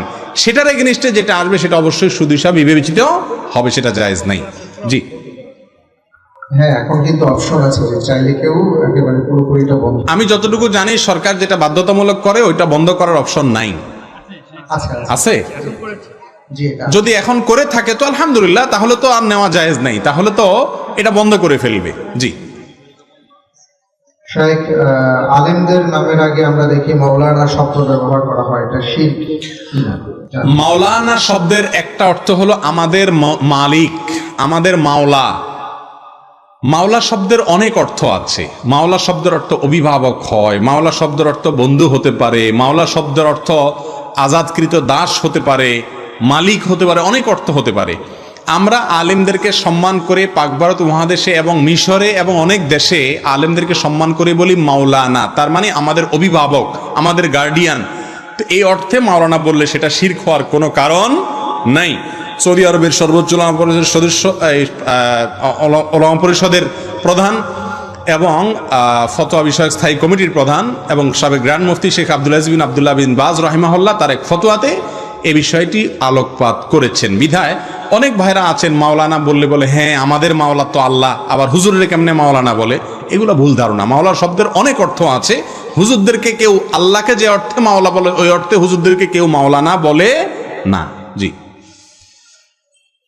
ঘুষ দিয়ে যদি সরকারি চাকরি নেয় তাহলে তার মাসিক বেতন হালাল হবে? ঘুষ দিয়ে যদি চাকরি নেয় তাহলে পরবর্তীতে উপার্জিত অর্থ মাসিক পারিশ্রমিক যেটা নেয় সেটা হালাল হবে কিনা? উত্তর হলো হালাল হবে। কেন হালাল হবে? কারণ হলো শুরুতে তিনি ঘুষ দিয়েছেন, এটা অন্যায় কাজ করেছেন, হারাম কাজ করেছেন। বাধ্য হয়ে যদি দেন তাহলে তো সেটা জায়েজ আছে, আর যদি বাধ্য হয়ে না দেন এমনিই দেন নিজের সেদে ঘুষ, অথবা তার জন্য একটা বাধ্যবাধকতা নেই তারপরেও তিনি সুদ ঘুষ দিয়ে চাকরি নিয়েছেন, তারা তিনি হারাম কাজ করেছেন, একটা অপরাধ তিনি করেছেন। কিন্তু এর কারণে তার সারা জীবনের উপার্জন হারাম হয়ে যাবে না। কারণ প্রতি মাসে তিনি যে বেতনটা পান এটা কিসের বিনিময়ে পান? তিনি যে পরিশ্রম করেন তার বিনিময়ে পান। তিনি যে কাজটা করছেন সেটা যদি বৈধ হয় তাহলে তার পারিশ্রমিক কি হবে? ইনশাআল্লাহ হালাল হবে। একই কথা বলে রাখি, বেশিরভাগ পরীক্ষার্থীরা কম বেশ পরীক্ষার সময় নকল সকল আশেপাশে দেখা 2 নম্বরই করে লিখা পরীক্ষা দিছেন, ঠিক না ভাই? ঠিক, হ্যাঁ ঠিক বলতেছেন, কারণ করছেন জানেন তো। তো যাই হোক, এরকম যদি আকাম কুকাম করে পরীক্ষায় পাশ করেন তাহলে আপনি গুনাহের কাজ করেছেন, আমানতের খেয়ানত করেছেন, কিন্তু তাই বলে আপনার সারা জীবন উপার্জন কি হবে না? হারাম হয়ে যাবে না। জি। কি আমল করলে তাকদীর পাল্টায়? তাকদীর পাল্টানোর জন্য একমাত্র আমল হলো দোয়া। একটা হাদিস রয়েছে লা ইয়ারুদ্দু তাকদীর ইল্লা বিদুআ, দোয়ার মাধ্যমে তাকদীর পরিবর্তন হয় আল্লাহর কাছে। তবে হ্যাঁ, কিছু তাকদীর আছে যেগুলো দোয়ার মাধ্যমে পরিবর্তন হয়, আবার তাকদীরে মুবরাম এক প্রকারের তাকদীর আছে যেগুলো কোনো দ্বারা পরিবর্তন, কিছু দ্বারা পরিবর্তন হয় না। হায়াত, রিজিক এগুলো দোয়ার মাধ্যমে পরিবর্তন হয় এবং অনেক তাকদীর পরিবর্তন হয়। জন্য আল্লাহর কাছে দোয়া বেশি বেশি করে করতে থাকতে হবে। জি জি। অনেক টাকা আত্মসাৎ করে সংসারে খরচ করে ছেলেকে আলেম বানিয়েছেন, হাফেজ বানিয়েছেন। এই ছেলে তো তার মা বাবাকে জান্নাতে নিয়ে যাবেন, তো তিনি জান্নাতে যাবেন কিনা জানতে চাওয়া হয়েছে। দেখুন, কোন মানুষ যদি অবৈধ উপার্জন দিয়ে সন্তানকে হাফেজ আলেম বানায়, এমনকি কাবা শরীফের ইমামও হয়ে যায় ওই ছেলে, ওই লোকের আখেরাতে মুক্তির কোনো পথ খোলা নাই। মুক্তির একমাত্র পথ হলো যে অবৈধ উপার্জন করেছেন সেটা যাদের অর্থ তাদের কাছে ফেরত দিয়ে আসতে হবে, অন্যথায় তাদের পক্ষ থেকে দান করে দিতে হবে। এরপরে যে আল্লাহর কাছে তওবা করলে সেটা ক্ষমার আশা করা যেতে পারে। অন্যের অর্থ আত্মসাৎ করে রেখে এরপর আপনি হাজী সাহেব, গাজী সাহেব, মাওলানা, আলেমের বাপ, হাফেজের বাপ, মুফতি সাহেবের বাপ, খতিব সাহেবের বাপ, এমনকি মক্কার ইমাম সাহেবের বাপ হইলেও কোনো লাভ হবে না। তার সন্তানরা যদি আলেম ওলামা হয়, হাফেজ হয়, তো সন্তানদের কোনো দোষ নাই, তাদের পিছনে নামাজ হবে, অসুবিধা নেই। জি। পরিবার যদি মেনে না নেয়, পছন্দের মানুষকে বিয়ে করা যাবে? দেখুন, যুবকরা সবসময় ভালো করে বুঝবেন, যুবক যুবতী সবার জন্যই বিবাহ করবেন মা বাবা এবং মুরব্বীদের তাদের পছন্দে, তাদের পরামর্শের ভিত্তিতে। হ্যাঁ, কোনো কোনো ক্ষেত্রে মা বাপ উল্টাপাল্টা বা বুঝেন না, সেক্ষেত্রে আপনি এককভাবে তাদের মতের বিরুদ্ধে যেও সিদ্ধান্ত নিতে পারেন। মা বাপ চায় যে আপনি দিনদার মেয়ে দেখেন না, আপনি শুধুমাত্র দুনিয়া দেখেন, তাহলে সেক্ষেত্রে মা বাবার চাহিদাকে আপনি অ্যাভয়েড করতে পারেন। কিন্তু সচরাচর এবং সাধারণ অবস্থাতে অবশ্যই অভিভাবককে সম্মতিতে এনে বিয়ে করা উচিত। তথাকথিত আগে থেকে পছন্দ করে তথাকথিত প্রেমের বা নিজের পছন্দের বিয়েগুলোতে বেশিরভাগ সময় শান্তি হয়, ঠিক না? ঠিক বলেন। আগে থেকে যারা গেট টুগেদার এটা সেটা করে নেয় এরপরে বিয়ে করে, এগুলো বেশিরভাগ ক্ষেত্রে দেখবেন দাম্পত্য জীবনে কি নাই? শান্তি নাই। এই জন্য কোন মেয়ে ভালো হবে না হবে, আপনি যুবক মানুষ, শুধু আপনার দেখতে সুন্দর হলে আপনি পাগল হয়ে যান, আপনার মাথা নষ্ট হয়ে যায়। কিন্তু আপনার বাবা, আপনার মা বহু বিবাহ তারা দেখেছে, বহু বিবাহের ভঙ্গ হওয়া তারা দেখেছে, তারা অনেক অভিজ্ঞ, এই জন্য তাদের প্রতি আস্থা রাখবেন। হ্যাঁ, বাপমা যদি কম বুঝেন, মামা আছেন, চাচা আছেন, দাদা আছেন, বড় ভাই আছেন, যারা মাথাওয়ালা, বুদ্ধিমান এবং দিনদার, তাদের সাথে পরামর্শ করে বিয়ে করবেন, একাকী সিদ্ধান্ত নিতে যাবেন না। জি ইসলাম ধর্ম একটি, কিন্তু মাসালার ক্ষেত্রে এত ভিন্নতা কেন?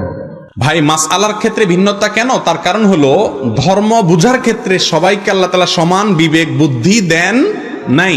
যতজন তত মত। আল্লাহর একটা নির্দেশ মানতে গিয়ে, বুঝতে গিয়ে এক একজন এক এক রকম বুঝতে পারেন কি পারেন না। রাসূল করিম সাল্লাল্লাহু আলাইহি সাল্লামের যুগে বনি কুরাইজাতে গিয়ে নামাজ পড়ার জন্য সাহাবীদেরকে পাঠাইছেন, আসরের নামাজ। পথে কিছু সাহাবী বলছেন যে আসর ওয়াক্ত শেষ হয়ে যাচ্ছে, আমরা পড়ে ফেলি, তারা পড়ে ফেলছেন। আবার কিছু সাহাবী বলছেন যে ওয়াক্ত যাক না যাক আমাদের দেখার দরকার না, নবী বলছেন, নবীর কথা মানাই ইসলাম, অতএব আমরা সেখানে গিয়ে পড়বো। দুই গ্রুপ দুই রকম করছে। নবীজির কাছে এসে গল্প শোনানোর পরে তিনি বলছেন তিনি কাউকে ভৎসনা করেন না, তার মানে দুজনেরটাই ঠিক আছে। তাহলে সাহাবীদের যুগে মতপার্থক্য ছিল কি ছিল না? আলেম ওলামাদের মধ্যে বুঝের মতপার্থক্য থাকতে পারে, আপনি দেখবেন কোরআন হাদিসের কাছে কোনটা কাছাকাছি, আপনি সেটাকে অনুসরণ করবেন। কিন্তু মত ভিন্ন হলে আলেমদেরকে ভৎসনা করা, গালিগালাজ করা, এটা মূর্খতা ছাড়া আর কিছু নয়। জি কাবিন নামা হয়েছে তবে বিয়ে হয়নি, এখন সংসার করছে, একটি সন্তানও আছে, এ ব্যাপারে কোরআন হাদিসের সমাধান কিভাবে পাবো? লিখিতভাবে যদি কাবিননামায় স্বাক্ষর হয়ে থাকে, শুধুমাত্র মুখে বিবাহ পড়ানো, প্রস্তাব দেওয়া এবং প্রস্তাব গ্রহণ করা মুখে, এটা যদি না হয়, তাহলে সেক্ষেত্রে বিয়ে বিশুদ্ধ হবে কি না? ইমাম মালিক, ইমাম আহমদ হাম্বল, ইমাম শাফি রহমতুল্লাহ মতো বিবাহ বিশুদ্ধ হবে না। ইমাম আবু হানিফা রহমতুল্লাহ আলাইহির বরাত দিয়ে আল মাওসুআ আল কুয়েতিয়া আল ফিকহিয়া আল কুয়েতিয়া নামক 45 খণ্ডের একটি ফতোয়ার কিতাব আছে। সেই ফতোয়ার কিতাবে লেখা হয়েছে যে হানাফি মাযহাব অনুযায়ী বিয়ে হয়ে যাবে যদি কাবিননামায় স্বাক্ষর হয়ে থাকে এবং সেখানে যদি প্রস্তাব এবং গ্রহণ এই কথাগুলো লেখা থাকে। কথা কি বুঝাতে পারছি? তবে বিয়ে পড়ানো মানে কিন্তু আমরা মনে করি হুজুর আসা, খুতবা দেওয়া, অনেক কিছু, এসব কিছু না। বিয়ের মতো সহজ কাজ আর কিছু না। যুবকরা শুনলে আজকাল সব বিয়েই করে ফেলবেন আর আকাম কুকাম না করে। বিয়েটা হলো ভাই, মহরণা ধার্য করবেন, মেয়ে পক্ষ ছেলে পক্ষকে বলবে বা এক পক্ষ অন্য পক্ষকে বলবে এত টাকা মহরণা বিনিময়ে আমি বিবাহের প্রস্তাব করতেছি। অন্য পক্ষ থেকে পাত্রী বলবে আমি কবুল করলাম বা পাত্র বলবে আমি কবুল করলাম। দুজন সাক্ষী যদি শুনে, বিয়ে হয়ে গেছে, শেষ। কত সহজ দেখছেন? বিয়ে মাত্র 1.5 মিনিটের কাজ, অথচ সেটা না করে আপনারা জেনার পথে যাচ্ছেন বা আমরা অনেকে যাচ্ছি। আল্লাহ আমাদের হেফাজত করুন। জি লাশ গোসল দেওয়ার পরে ঘরে রাখা যাবে কিনা জানতে চাই। লাশ মানুষ মারা যাওয়ার পরে খুব দ্রুত তাকে কবরস্থ করতে হয়। নবী সাল্লাল্লাহু আলাইহি সাল্লাম বলেছেন আসরিউ বিল জানাজা, তোমরা জানাজা খুব দ্রুত লাশ দাফন করো। এই জন্য মানুষ মারা যাওয়ার পরে, গোসল দেওয়ার পরে দীর্ঘ সময় অপেক্ষা করা অনেকের জন্য এগুলো জায়েজ নাই, এগুলো নিষিদ্ধ কাজ। খুব দ্রুত কবরস্থ করা উচিত, বিলম্ব করা উচিত নয়। জি কেউ যদি কারোর কোনো উপকার করে, তারপর যদি সে বলে যে আমি আল্লাহর রহমতে অমুকের উসিলায় উপকার পেয়েছি, এটা বলা যাবে কিনা নাকি শিরক হবে? এটা ইনশাআল্লাহ বলা শিরক হবে না। আমি অমুকের মাধ্যমে উপকারটা পেয়েছি, এটাকে সুন্দর হয়, মুসলমানের ইমানের সঙ্গে সঙ্গতিপূর্ণ হয় এভাবে বললে যে আল্লাহ তাআলা আমাকে অমুকের মাধ্যমে উপকারটা করিয়েছেন, আল্লাহ তাআলা আমাকে দিয়েছেন অমুকের মাধ্যমে, এটা বলা ভালো, এভাবে বলাটা উত্তম। তাহলে সেক্ষেত্রে ওই ব্যক্তিরও কৃতজ্ঞতা আদায় হয়, আল্লাহরও কি হয়? কৃতজ্ঞতা আদায় হয়। হাদিসে আসছে মাল্লাম ইয়াশকুরিন নাস লাম ইয়াশকুরিল্লাহ, যে মানুষের কৃতজ্ঞতা আদায় করে না সে আল্লাহরও কৃতজ্ঞতা আদায় করে না। অনেক লোক আছে আপনি তার জন্য অনেক কিছু করছেন, এরপরেও সে বলবে কি সব আল্লাহ আমাকে দিস। কে দিছে? শুনতে খুব ভালো শোনা যাচ্ছে, আসলে এ লোক নাশকর। ঠিক না বে ঠিক? আপনি এত কিছু করলেন, সে আপনার আশা থাকা উচিত না, কিন্তু তার বলা উচিত যে আপনি আমার জন্য অনেক কিছু করেছেন, আপনার মাধ্যমে আল্লাহ আমাকে দিয়েছেন, এবার বলে শিরিক হবে না ইনশাআল্লাহ। জি প্রশ্ন হলো যে বর্তমানে দেখা যাচ্ছে যে মেয়ে, মা, বাবা সবাই একসাথে মিলে টেলিভিশন দেখছে, বিভিন্ন ধরনের ভারতীয় নগ্ন সিরিয়ালগুলো দেখছে এবং ছাড়তেও পারছে না। এই ক্ষেত্রে আখিরাতে তাদের কি শাস্তি অপেক্ষা করছে? দেখুন, টেলিভিশন চ্যানেলের এখন আর প্রয়োজন হয় না। এখন মোবাইলগুলো প্রত্যেকের পকেটে পকেটেই টেলিভিশন। ঠিক না বে ঠিক? এখন এই টেলিভিশনে মুনাজাত দিতে দিতে আমাদের রাত শেষ হয়। মুনাজাত দেওয়া তো বুঝেন, এই যে এইভাবে রাত্রে শোয়ার সময় এরকম ধরে রাখে, মানে মুনাজাত। এই মোবাইলের শয়তানি মুনাজাত এটা এখন ঘরে ঘরে ঘরে ঘরে জনে জনে, ঠিক না বেঠিক? আরে মা বাপ তো পরের কথা, দুধের বাচ্চারাও কার্টুন একটা ধরাই দেওয়া লাগে, তারাও মোনাজাতে লাগাই দেয়, ঠিক না বেঠিক? গোটা পরিবার মোনাজাতে লেগে গেছে, আল্লাহর কাছে না শয়তানের কাছে। প্রিয় ভাইরা আমার, এটা আমাদের পরিবারের সম্পর্কগুলো শেষ করে দিচ্ছে। সন্তানরা বাবা মার স্নেহ পায় না, স্বামী স্ত্রীর মধ্যে ভালোবাসা নাই, ওই যে এগুলোর মধ্যে আসক্তি এবং দাম্পত্য কলহ, পারিবারিক অশান্তি, সামাজিক অশান্তি, হাজারো অনাচারের পথ খুলছে। এগুলো হারাম। জেনাল আইনিয়ান নাজার, নবীজি বলেছেন চোখের জেনা হলো চোখ দিয়ে হারাম কিছু দেখা। এই কান, এই চোখ কিয়ামতের দিন সাক্ষ্য দিবে। চোখ বলবে, আল্লাহ আমাকে দিয়ে আপনার কালাম পড়ে নাই, এই নালায়েক, এই কমবখ্ত, এই হতভাগা আমাকে দিয়ে শুধুমাত্র মোবাইলে হারাম জিনিস দেখেছে। আল্লাহ তাআলা আমাদেরকে তওবা করার তৌফিক নসিব করুন। জি, খুব গুরুত্বপূর্ণ প্রশ্ন সাহেব। বর্তমান যুব সমাজের প্রায় 90% অর্থ বৈষম্যের প্র্যাকটিস করে। আল্লাহ সম্পর্কে আপনার মতামত? ভাইরা আমার, হস্তমৈথুন করা পৃথিবীর সকল আলেমদের ঐক্যমতে হারাম এবং নিষিদ্ধ একটা কাজ। জেনা করা যেরকম অপরাধ, হস্তমৈথুন করা সেরকম অপরাধ। আল্লাহ রাব্বুল আলামিন কোরআনে কারিমে বলেছেন, ওয়াল্লাযীনা হুম লিফুরুজিহিম হাফিযুন আও মা মালাকাত আইমানুহুম ইল্লা আলা আজওয়াজিহিম আও মা মালাকাত আইমানুহুম ফাইন্নাহুম গায়রু মালুমিন ফামান ইবতাগা ওয়ারাআ যালিক ফাউলাইকা হুমুল আদুন। আল্লাহ বলেছেন, বিবাহে এবং হালাল পদ্ধতির বাইরে অন্য কোনো পদ্ধতিতে যদি কেউ কাম চাহিদাকে চরিতার্থ করে, চাহিদাকে মিটায়, এই অন্য কোনো পদ্ধতির মধ্যে হাত দিয়ে বা অন্য কোনো উপায় যা আছে সব শামিল। এই আয়াতের তাফসীরে মুফাসসিরে ইকরাম এরকমই লিখেছেন। যার কারণে হস্তমৈথুন করা, হাত দিয়ে বীর্যপাত করা, যৌন চাহিদা মিটানো, এটা হারাম। ভাইরা আমার, এটা স্বাস্থ্যকে যেমন ধ্বংস করে, মানুষের ইবাদতের স্বাদ নষ্ট করে, নানামুখী দুনিয়াবি এবং আখিরাতের ক্ষতি এর মধ্যে নিহিত থাকে। এই রোগে যারা একবার আক্রান্ত হয়ে যায়, এটা ছাড়তে পারে না। এটা ছাড়ার জন্য কয়েকটি পরামর্শ। নাম্বার এক নম্বর পরামর্শ হলো যে অশ্লীল যে সমস্ত ফিল্ম, বিভিন্ন ধরনের ক্লিপ ইত্যাদি দেখার বদভ্যাস আছে, এগুলো থেকে দূরে সরে আসতে হবে। প্রয়োজনে ফেসবুকে যে সমস্ত পেজ থেকে এগুলো আছে সেগুলো আনফলো করতে হবে, ব্লক করতে হবে। যে সমস্ত আইডি থেকে আসে তাদেরকে ব্লক করতে হবে। করে আপনি আগে নিজের ভেতরে যাতে বাজে চিন্তা না আসে সেই জায়গাটা বন্ধ করতে হবে। 2 নম্বর করণীয় হলো নির্জনতা থাকবেন না। এটা হলো সবচেয়ে বড় উপায়। হস্তমৈথুন এটা বেশিরভাগ যুবকরা তখনই করতে পারে যখন তারা নির্জনে থাকে। এজন্য নির্জনে থাকবেন না, একাকী থাকবেন না, যথাসম্ভব মানুষের মধ্যে থাকার চেষ্টা করবেন। আর আল্লাহ তাআলার ভয়কে অন্তরে জাগ্রত করবেন। 7 শ্রেণীর যুবককে আল্লাহ তাআলা, 7 শ্রেণীর মানুষকে আল্লাহ তাআলা আরশের নিচে ছায়া দিবেন ভিআইপি প্যান্ডেলে। ভাইরা আমার, যেদিন সূর্য মাথার একেবারে কাছাকাছি থাকবে, টকবক করতে থাকবে মগজ, ভয়াবহ শাস্তির দিনে আল্লাহ তাআলার ভিআইপি প্যান্ডেলে, আল্লাহ তাআলার ভিআইপি গেস্ট হিসাবে সেদিন ছায়া পাবেন। তাদের 7 ব্যক্তির ভিতরে এক ব্যক্তি হলেন শাবুন নাশাআ ফি ইবাদাতিল্লাহ। ওই যুবক যে তার যৌবন বয়সকে কালিমা মুক্ত রাখতে পেরেছে। ভাই, সংগ্রাম করতে হবে শয়তানের বিরুদ্ধে। আল্লাহ তাআলা আমাদেরকে হিম্মত করার তৌফিক নসিব করুন। মোবাইলে বাজে ভিডিও থাকলে ফরম্যাট করে ফেলবেন, বাজে ছবি থাকলে ডিলিট করে ফেলবেন, কোনো নায়িকা গায়িকার ছবি রাখবেন না, কোনো হিন্দি ফিল্মের ক্লিপ, বাংলা ফিল্মের ক্লিপ রাখবেন না, কোনো কিছু রাখবেন না। নির্জনতা থেকে বেঁচে থাকার চেষ্টা করবেন। আর মুত্তাকি পরেজগার ভালো মানুষ বন্ধুদের সাথে উঠা বসা করবেন, আল্লাহর কাছে সাহায্য চাইবেন, ইনশাআল্লাহ আল্লাহ তাআলা হেফাজত করবেন। ইনশাআল্লাহ। নামাজের মুসল্লাতে কাবা বা মদিনা শরীফের ছবি থাকলে সেই মুসল্লায় নামাজ হবে কিনা? নামাজের মুসল্লাতে, জায়নামাজে কাবার ছবি থাকলে, মদিনার ছবি থাকলে ওখানে নামাজ পড়লে নামাজ হয়ে যাবে, কিন্তু এটা অনুচিত। 2 কারণে অনুচিত।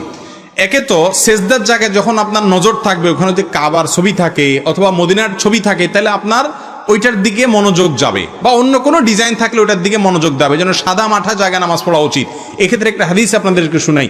রাসূল করিম সাল্লাল্লাহু আলাইহি সাল্লামকে একটা কাপড় দেওয়া হয়েছে নামাজ পড়ার জন্য। সেই কাপড়টা অনেক রংচঙা, সেখানে অনেক ডিজাইন ছিল। তিনি বলেছেন, এটা সরাও এবং অন্য একটা ফ্রেশ কাপড় নিয়ে আছো যেটাতে কোনো কিছু নাই। তারপর তিনি সেটা বিছায় নামাজ পড়লেন। এই জন্য যায় নামাজের উপরে কোনো ডিজাইন না থেকে প্লেন থাকলে সেটাই নামাজ পড়া উচিত, উত্তম। তাহলে মনোযোগ নামাজের মধ্যে থাকবে। আর না হলে ডিজাইনের ওই প্যাঁচ গোস মাপবেন, গুনবেন বসে বসে নামাজের মধ্যে। কথা বুঝে আসছে?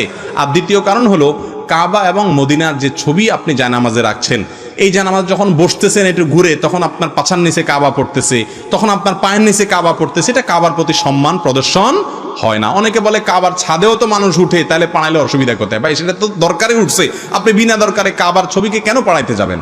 আপনার বাবার ছবিকে আপনি পাড়াইতে পারবেন? আপনার ভালো লাগবে? তাহলে কাবাকে কেন আপনি জায়নামাজে রেখে পাড়াবেন এবং মানে আপনার তার উপরে বসবেন? এই কাজগুলো করা উচিত নয়। প্লেন জায়নামাজের উপর নামাজ পড়বেন। জি। মোহতারাম, প্রশ্ন হলো, মহিলারা যদি বাবার বাড়িতে সফর করেন তাহলে কি কসর সালাত আদায় করবেন? মহিলারা যদি বাবার বাড়িতে যান তাহলে সেখানে তারা কসরের নামাজ পড়বেন মুসাফির হিসাবে, না পুরো নামাজ পড়বেন? উত্তর হলো তারা কসরের নামাজ পড়বেন। তার কারণ হলো বাবার বাড়ি মহিলাদের জন্য মেহমানখানা। বিয়ের পরে তার মূল ঠিকানাটা কোথায়? স্বামীর বাড়ি। বাবার বাড়ি তিনি যাচ্ছেন অ্যাজ এ গেস্ট, মেহমান হিসাবে তিনি যদি সেখানে যান, আর সেটা যদি সফরের দূরত্বে হয়, আবার এক গ্রাম থেকে পাশের গ্রামে গেলেই কসর শুরু করে দিয়েন না। কসর হইতে হলে তো সফরের দূরত্ব হইতে হবে, এক জেলা থেকে আরেক জেলা অনেক দূরের সফর হইতে হবে। সফরের দূরত্ব যদি হয় তাহলে মেয়েরা বাবার বাড়ি গেলে কি পড়বেন? কসরের নামাজ পড়বেন। আর স্বামীর বাপের বাড়ি যদি যান, আর সেখানে যদি স্বামীর আবাসন থাকে, আলাদা ঘর থাকার ব্যবস্থা থাকে, গ্রামের বাড়ির কথা বলতেছি, তাহলে সেক্ষেত্রে সেখানে পুরো নামাজ পড়বেন। আর নাহলে সেখানেও যদি আপনি মেহমান হিসাবে থাকেন তাহলে কসরের নামাজ পড়বেন। আর ছেলেরা যদি শ্বশুর বাড়ি যায় তাহলে তো অবশ্যই কসর পড়বে, কারণ সে ছেলেরা তো শ্বশুর বাড়ি একেবারে অন টাইম মেহমান, ঠিক না বেঠিক? অতএব তারা সেখানে গিয়ে কসর নামাজ পড়বে। জি। ফেসবুকে ছেলে বা মেয়েদের অনেক ছবি আপলোড দেওয়া হয়, এই ক্ষেত্রে ইসলাম কি বলে? ছেলেদের ছবি তো আইডেন্টিটির জন্য দেওয়া যেতে পারে, যেহেতু প্রিন্ট হওয়ার আগ পর্যন্ত অনেক ওলামাদের মতে ছবি তোলা জায়েজ আছে, প্রয়োজনের ভিত্তিতে, একটা প্রয়োজন, আইডেন্টিটির প্রয়োজন, পরিচিতির প্রয়োজন। কিন্তু মা বোনরা প্রোফাইল পিকচার হিসাবেও নিজেদের ছবি সেট করা জায়েজ নাই, কারণ ফেসবুক এখনো বাধ্যতামূলক করে নাই আপনাকে যে আপনার প্রোফাইল পিকচার দিতে হবে বা ফেসবুকে যেতে হবে, এমন কোনো ফরজ ওয়াজিব না। অতএব মেয়েরা যদি নিজেদের যে কোনো ছবি, উন্মুক্ত কোনো ছবি, সেটা মুখ খোলা হোক অথবা যেভাবেই হোক, এটা যদি ফেসবুকে আপলোড করেন প্রোফাইল পিকচার হিসাবে, অথবা এমনি, আজকাল দেখা যায় যে এমনিতে ফুর্তি পার্তার ছবি, একটু ওই হোটেলে দুজন মিলে একটু এক কাপ কফি খাইছে, ওইটাও ছবি তুলে দেয় অমুক হোটেলে খাইতেছে। মানুষ এমন বেহায়া হয়েছে আজকাল যে আপনি যেভাবে কফির ছবি তুলে দিতেছেন, মনে হয় যে কফি আপনার 14 গোষ্ঠী চোখে দেখে নেই। কারণ যে সকাল বিকাল খায় সে তো এটা ছবি দেওয়ার কথা না ফেসবুকে। এটা মহিলা পুরুষ না, এক্ষেত্রে একই হামাম্মে সারে নাঙ্গে, এক্ষেত্রে সবাই এক, ঠিক না ঠিক? তো এই জন্য এই কাজগুলো করা যাবে না। বিশেষ করে মা বোনরা অনেক দায়িত্বশীল হতে হবে। আর ছেলেরাও অযথা সেলফি, আপনার ওই হোটেলে খায়া ছবি, আরে পরোটা একটা প্লেটের আছে ওইটাই ছবি তুলে দিয়ে দিচ্ছে, খাইতেছে, 14 গোষ্ঠী মনে হয় যে পরোটার চোখে দেখে নেই। এগুলো উচিত না, ভুল কাজ। জি। একটি যুবক যে শতকের ঊর্ধ্বে ব্যভিচার করেছে, সে কি তওবা করে জান্নাতে যাওয়ার আশা করতে পারে? তার কি কোনো ক্ষমা হবে? আল্লাহু আকবার। আল্লাহ তাআলা আমার এই যুবক ভাই, এরকম কেউ যদি থাকেন যে এত বেশি জেনা করেছেন জীবনে, আল্লাহ রাব্বুল আলামিন তাকে পরিপূর্ণ তওবা করার তৌফিক নসিব করুন। ভাইরা আমার, আল্লাহ তাআলা কোরআনে কারিমে বলেছেন, লা তাকনাতু মির রাহমাতিল্লাহ ইন্নাল্লাহা ইয়াগফিরুয যুনুবা জামিআ। তোমরা আল্লাহর রহমত থেকে আশা ছেড়ো না, আল্লাহ তাআলা সকল অপরাধ মাফ করে দিবেন। যদি শিরকে আকবার না করে থাকেন, এমনকি শিরকে আকবারও যদি করার পরে আপনি মাফ চান, তওবা করেন, আল্লাহ সেটাও মাফ করে দিবেন। অন্যের হক যদি মেরে থাকেন তাহলে সেক্ষেত্রে তারটা ফেরত দিতে হবে, তারপর আল্লাহর কাছে মাফ চাইলে সেটাও আল্লাহ তাআলা মাফ করে দিবেন। এই জন্য যদি কোনো যুবক জীবনে অনেকবার জেনা করেছেন এমন হয়, আশা ছাড়বেন না যে আপনাকে আল্লাহ তাআলা মাফ করবেন না। অবশ্যই সেও যদি তওবা করে, তওবায়ে নাসুহা, তওবায়ে নাসুহা বলতে ওই তওবাকে বলা হয় যেই তওবা হলো খাঁটি তওবা, যেই তওবা জীবনে আর ভঙ্গ করে না, মরণ পর্যন্ত ধরে রাখতে পারে, আর জীবনে সেই কাজে আর সে যায় না। এরকম খাঁটিভাবে যদি কেউ তওবা করতে পারে, আল্লাহ রাব্বুল আলামিন তার সব গুনাহ মাফ করে দিবেন ইনশাআল্লাহ। ডক্টর খন্দকার আব্দুল্লাহ জাহাঙ্গীর রাহিমাহুল্লাহ বলতেন, ইবলিসের স্কুলের প্রথম ক্লাস হলো মানুষকে নিরাশ করা। না, আমার গুনাহ আল্লাহ মাফ করবেন না, না আমার আর বোধহয় কোনো রক্ষা হবে না, এগুলো শয়তান বলে। কখনো এগুলো শয়তানের কথা বিশ্বাস করবেন না। আল্লাহ তাআলা সকল গুনাহ ইনশাআল্লাহ মাফ করতে পারেন। আবার আল্লাহ মাফ করতে পারেন সেই আশায় একের পরে গুনাহ করতে থাকবেন না। আগে কিছু আপনার পাওয়া যেত, ওই যে আপনার মলম পাওয়া যেত মেঘনা ঘাটে, যখন ব্রিজ হয় নাই। আমি নিজেও দেখেছি যে ওই মলম যে বিক্রি করতে একটা চাকু নিত, নিয়ে হাত এরকম পোজ দিত, দিয়ে বলতে দেখছেন এই যে রক্ত বাইরে গেছে, আবার মলম লাগাতে দেখতেছেন সাথে সাথে বন্ধ হয়ে গেছে, এবার সবাই নেওয়া শুরু করে দিত।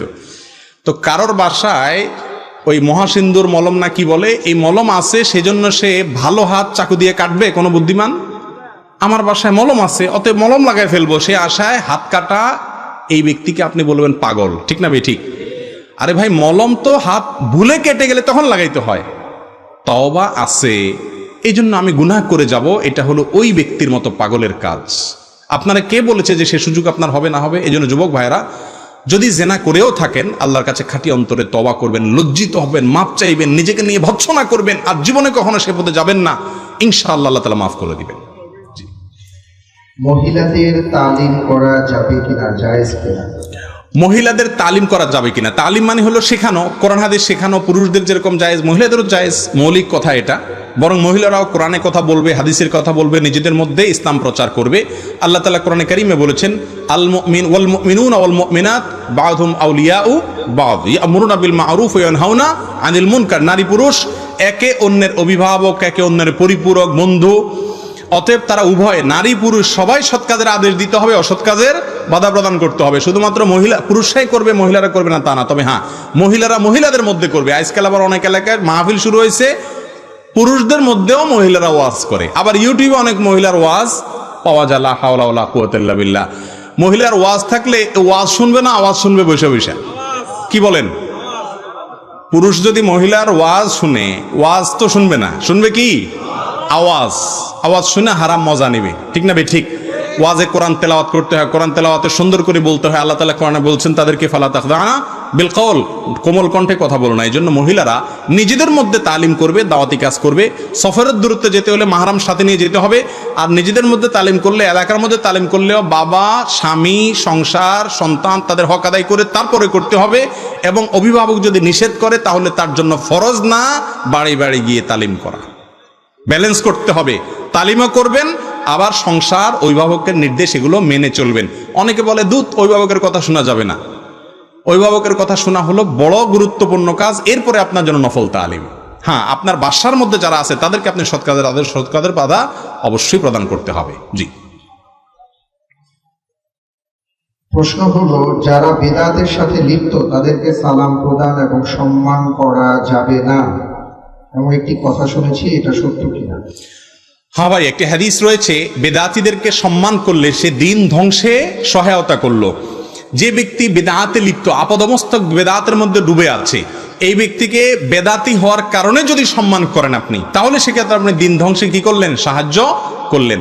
স্বাভাবিক অবস্থায় কোনো বেদাতিকে সালাম দিতে কোরআন হাদিসে কোথাও নিষেধ নাই। যতক্ষণ পর্যন্ত ইসলামের গণ্ডিতে আছে অবশ্যই তাকে কি দিবেন? সালাম দিবেন। রাসূল আকরাম সাল্লাল্লাহু আলাইহি সাল্লাম বলেছেন, আফশুস সালাম বাইনাকুম, তোমাদের মধ্যে সালামকে ব্যাপকভাবে তোমরা প্রচলন দাও। তিনি বলেছেন, তুমি সালাম দাও যাকে চেনো তাকে, আর যাকে চেনো না তাকেও। তাহলে অচেনা মানুষকেও সালাম দেওয়ার জন্য নবীজি বলেছেন। তাহলে যে বেদাতি তাকেও সালাম দেওয়া বোঝা গেল জায়েজ আছে। যদি জায়েজ না থাকতো তাহলে অচেনা মানুষকে নবীজি সালাম দেওয়ার অনুমতি দিতেন না। জি। শেষ প্রশ্ন, আল্লাহ রাব্বুল আলামিন কি নিরাকার, উনি কি সব জায়গায় আছেন?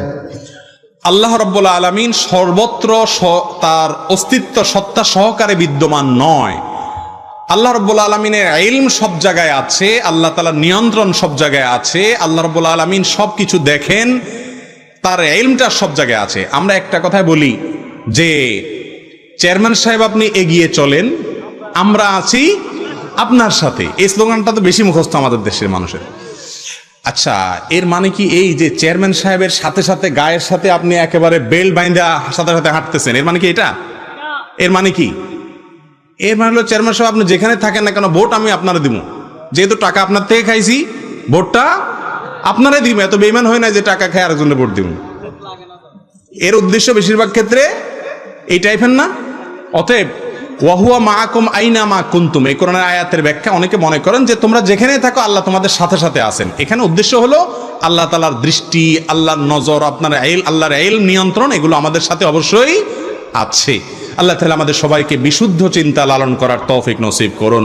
হাযা ওয়া উসাল্লি ওয়া উসাল্লিমু আলা নবিয়িনা মুহাম্মদ ওয়া আলা আলিহি ওয়া আসহাবিহি আজমাইন।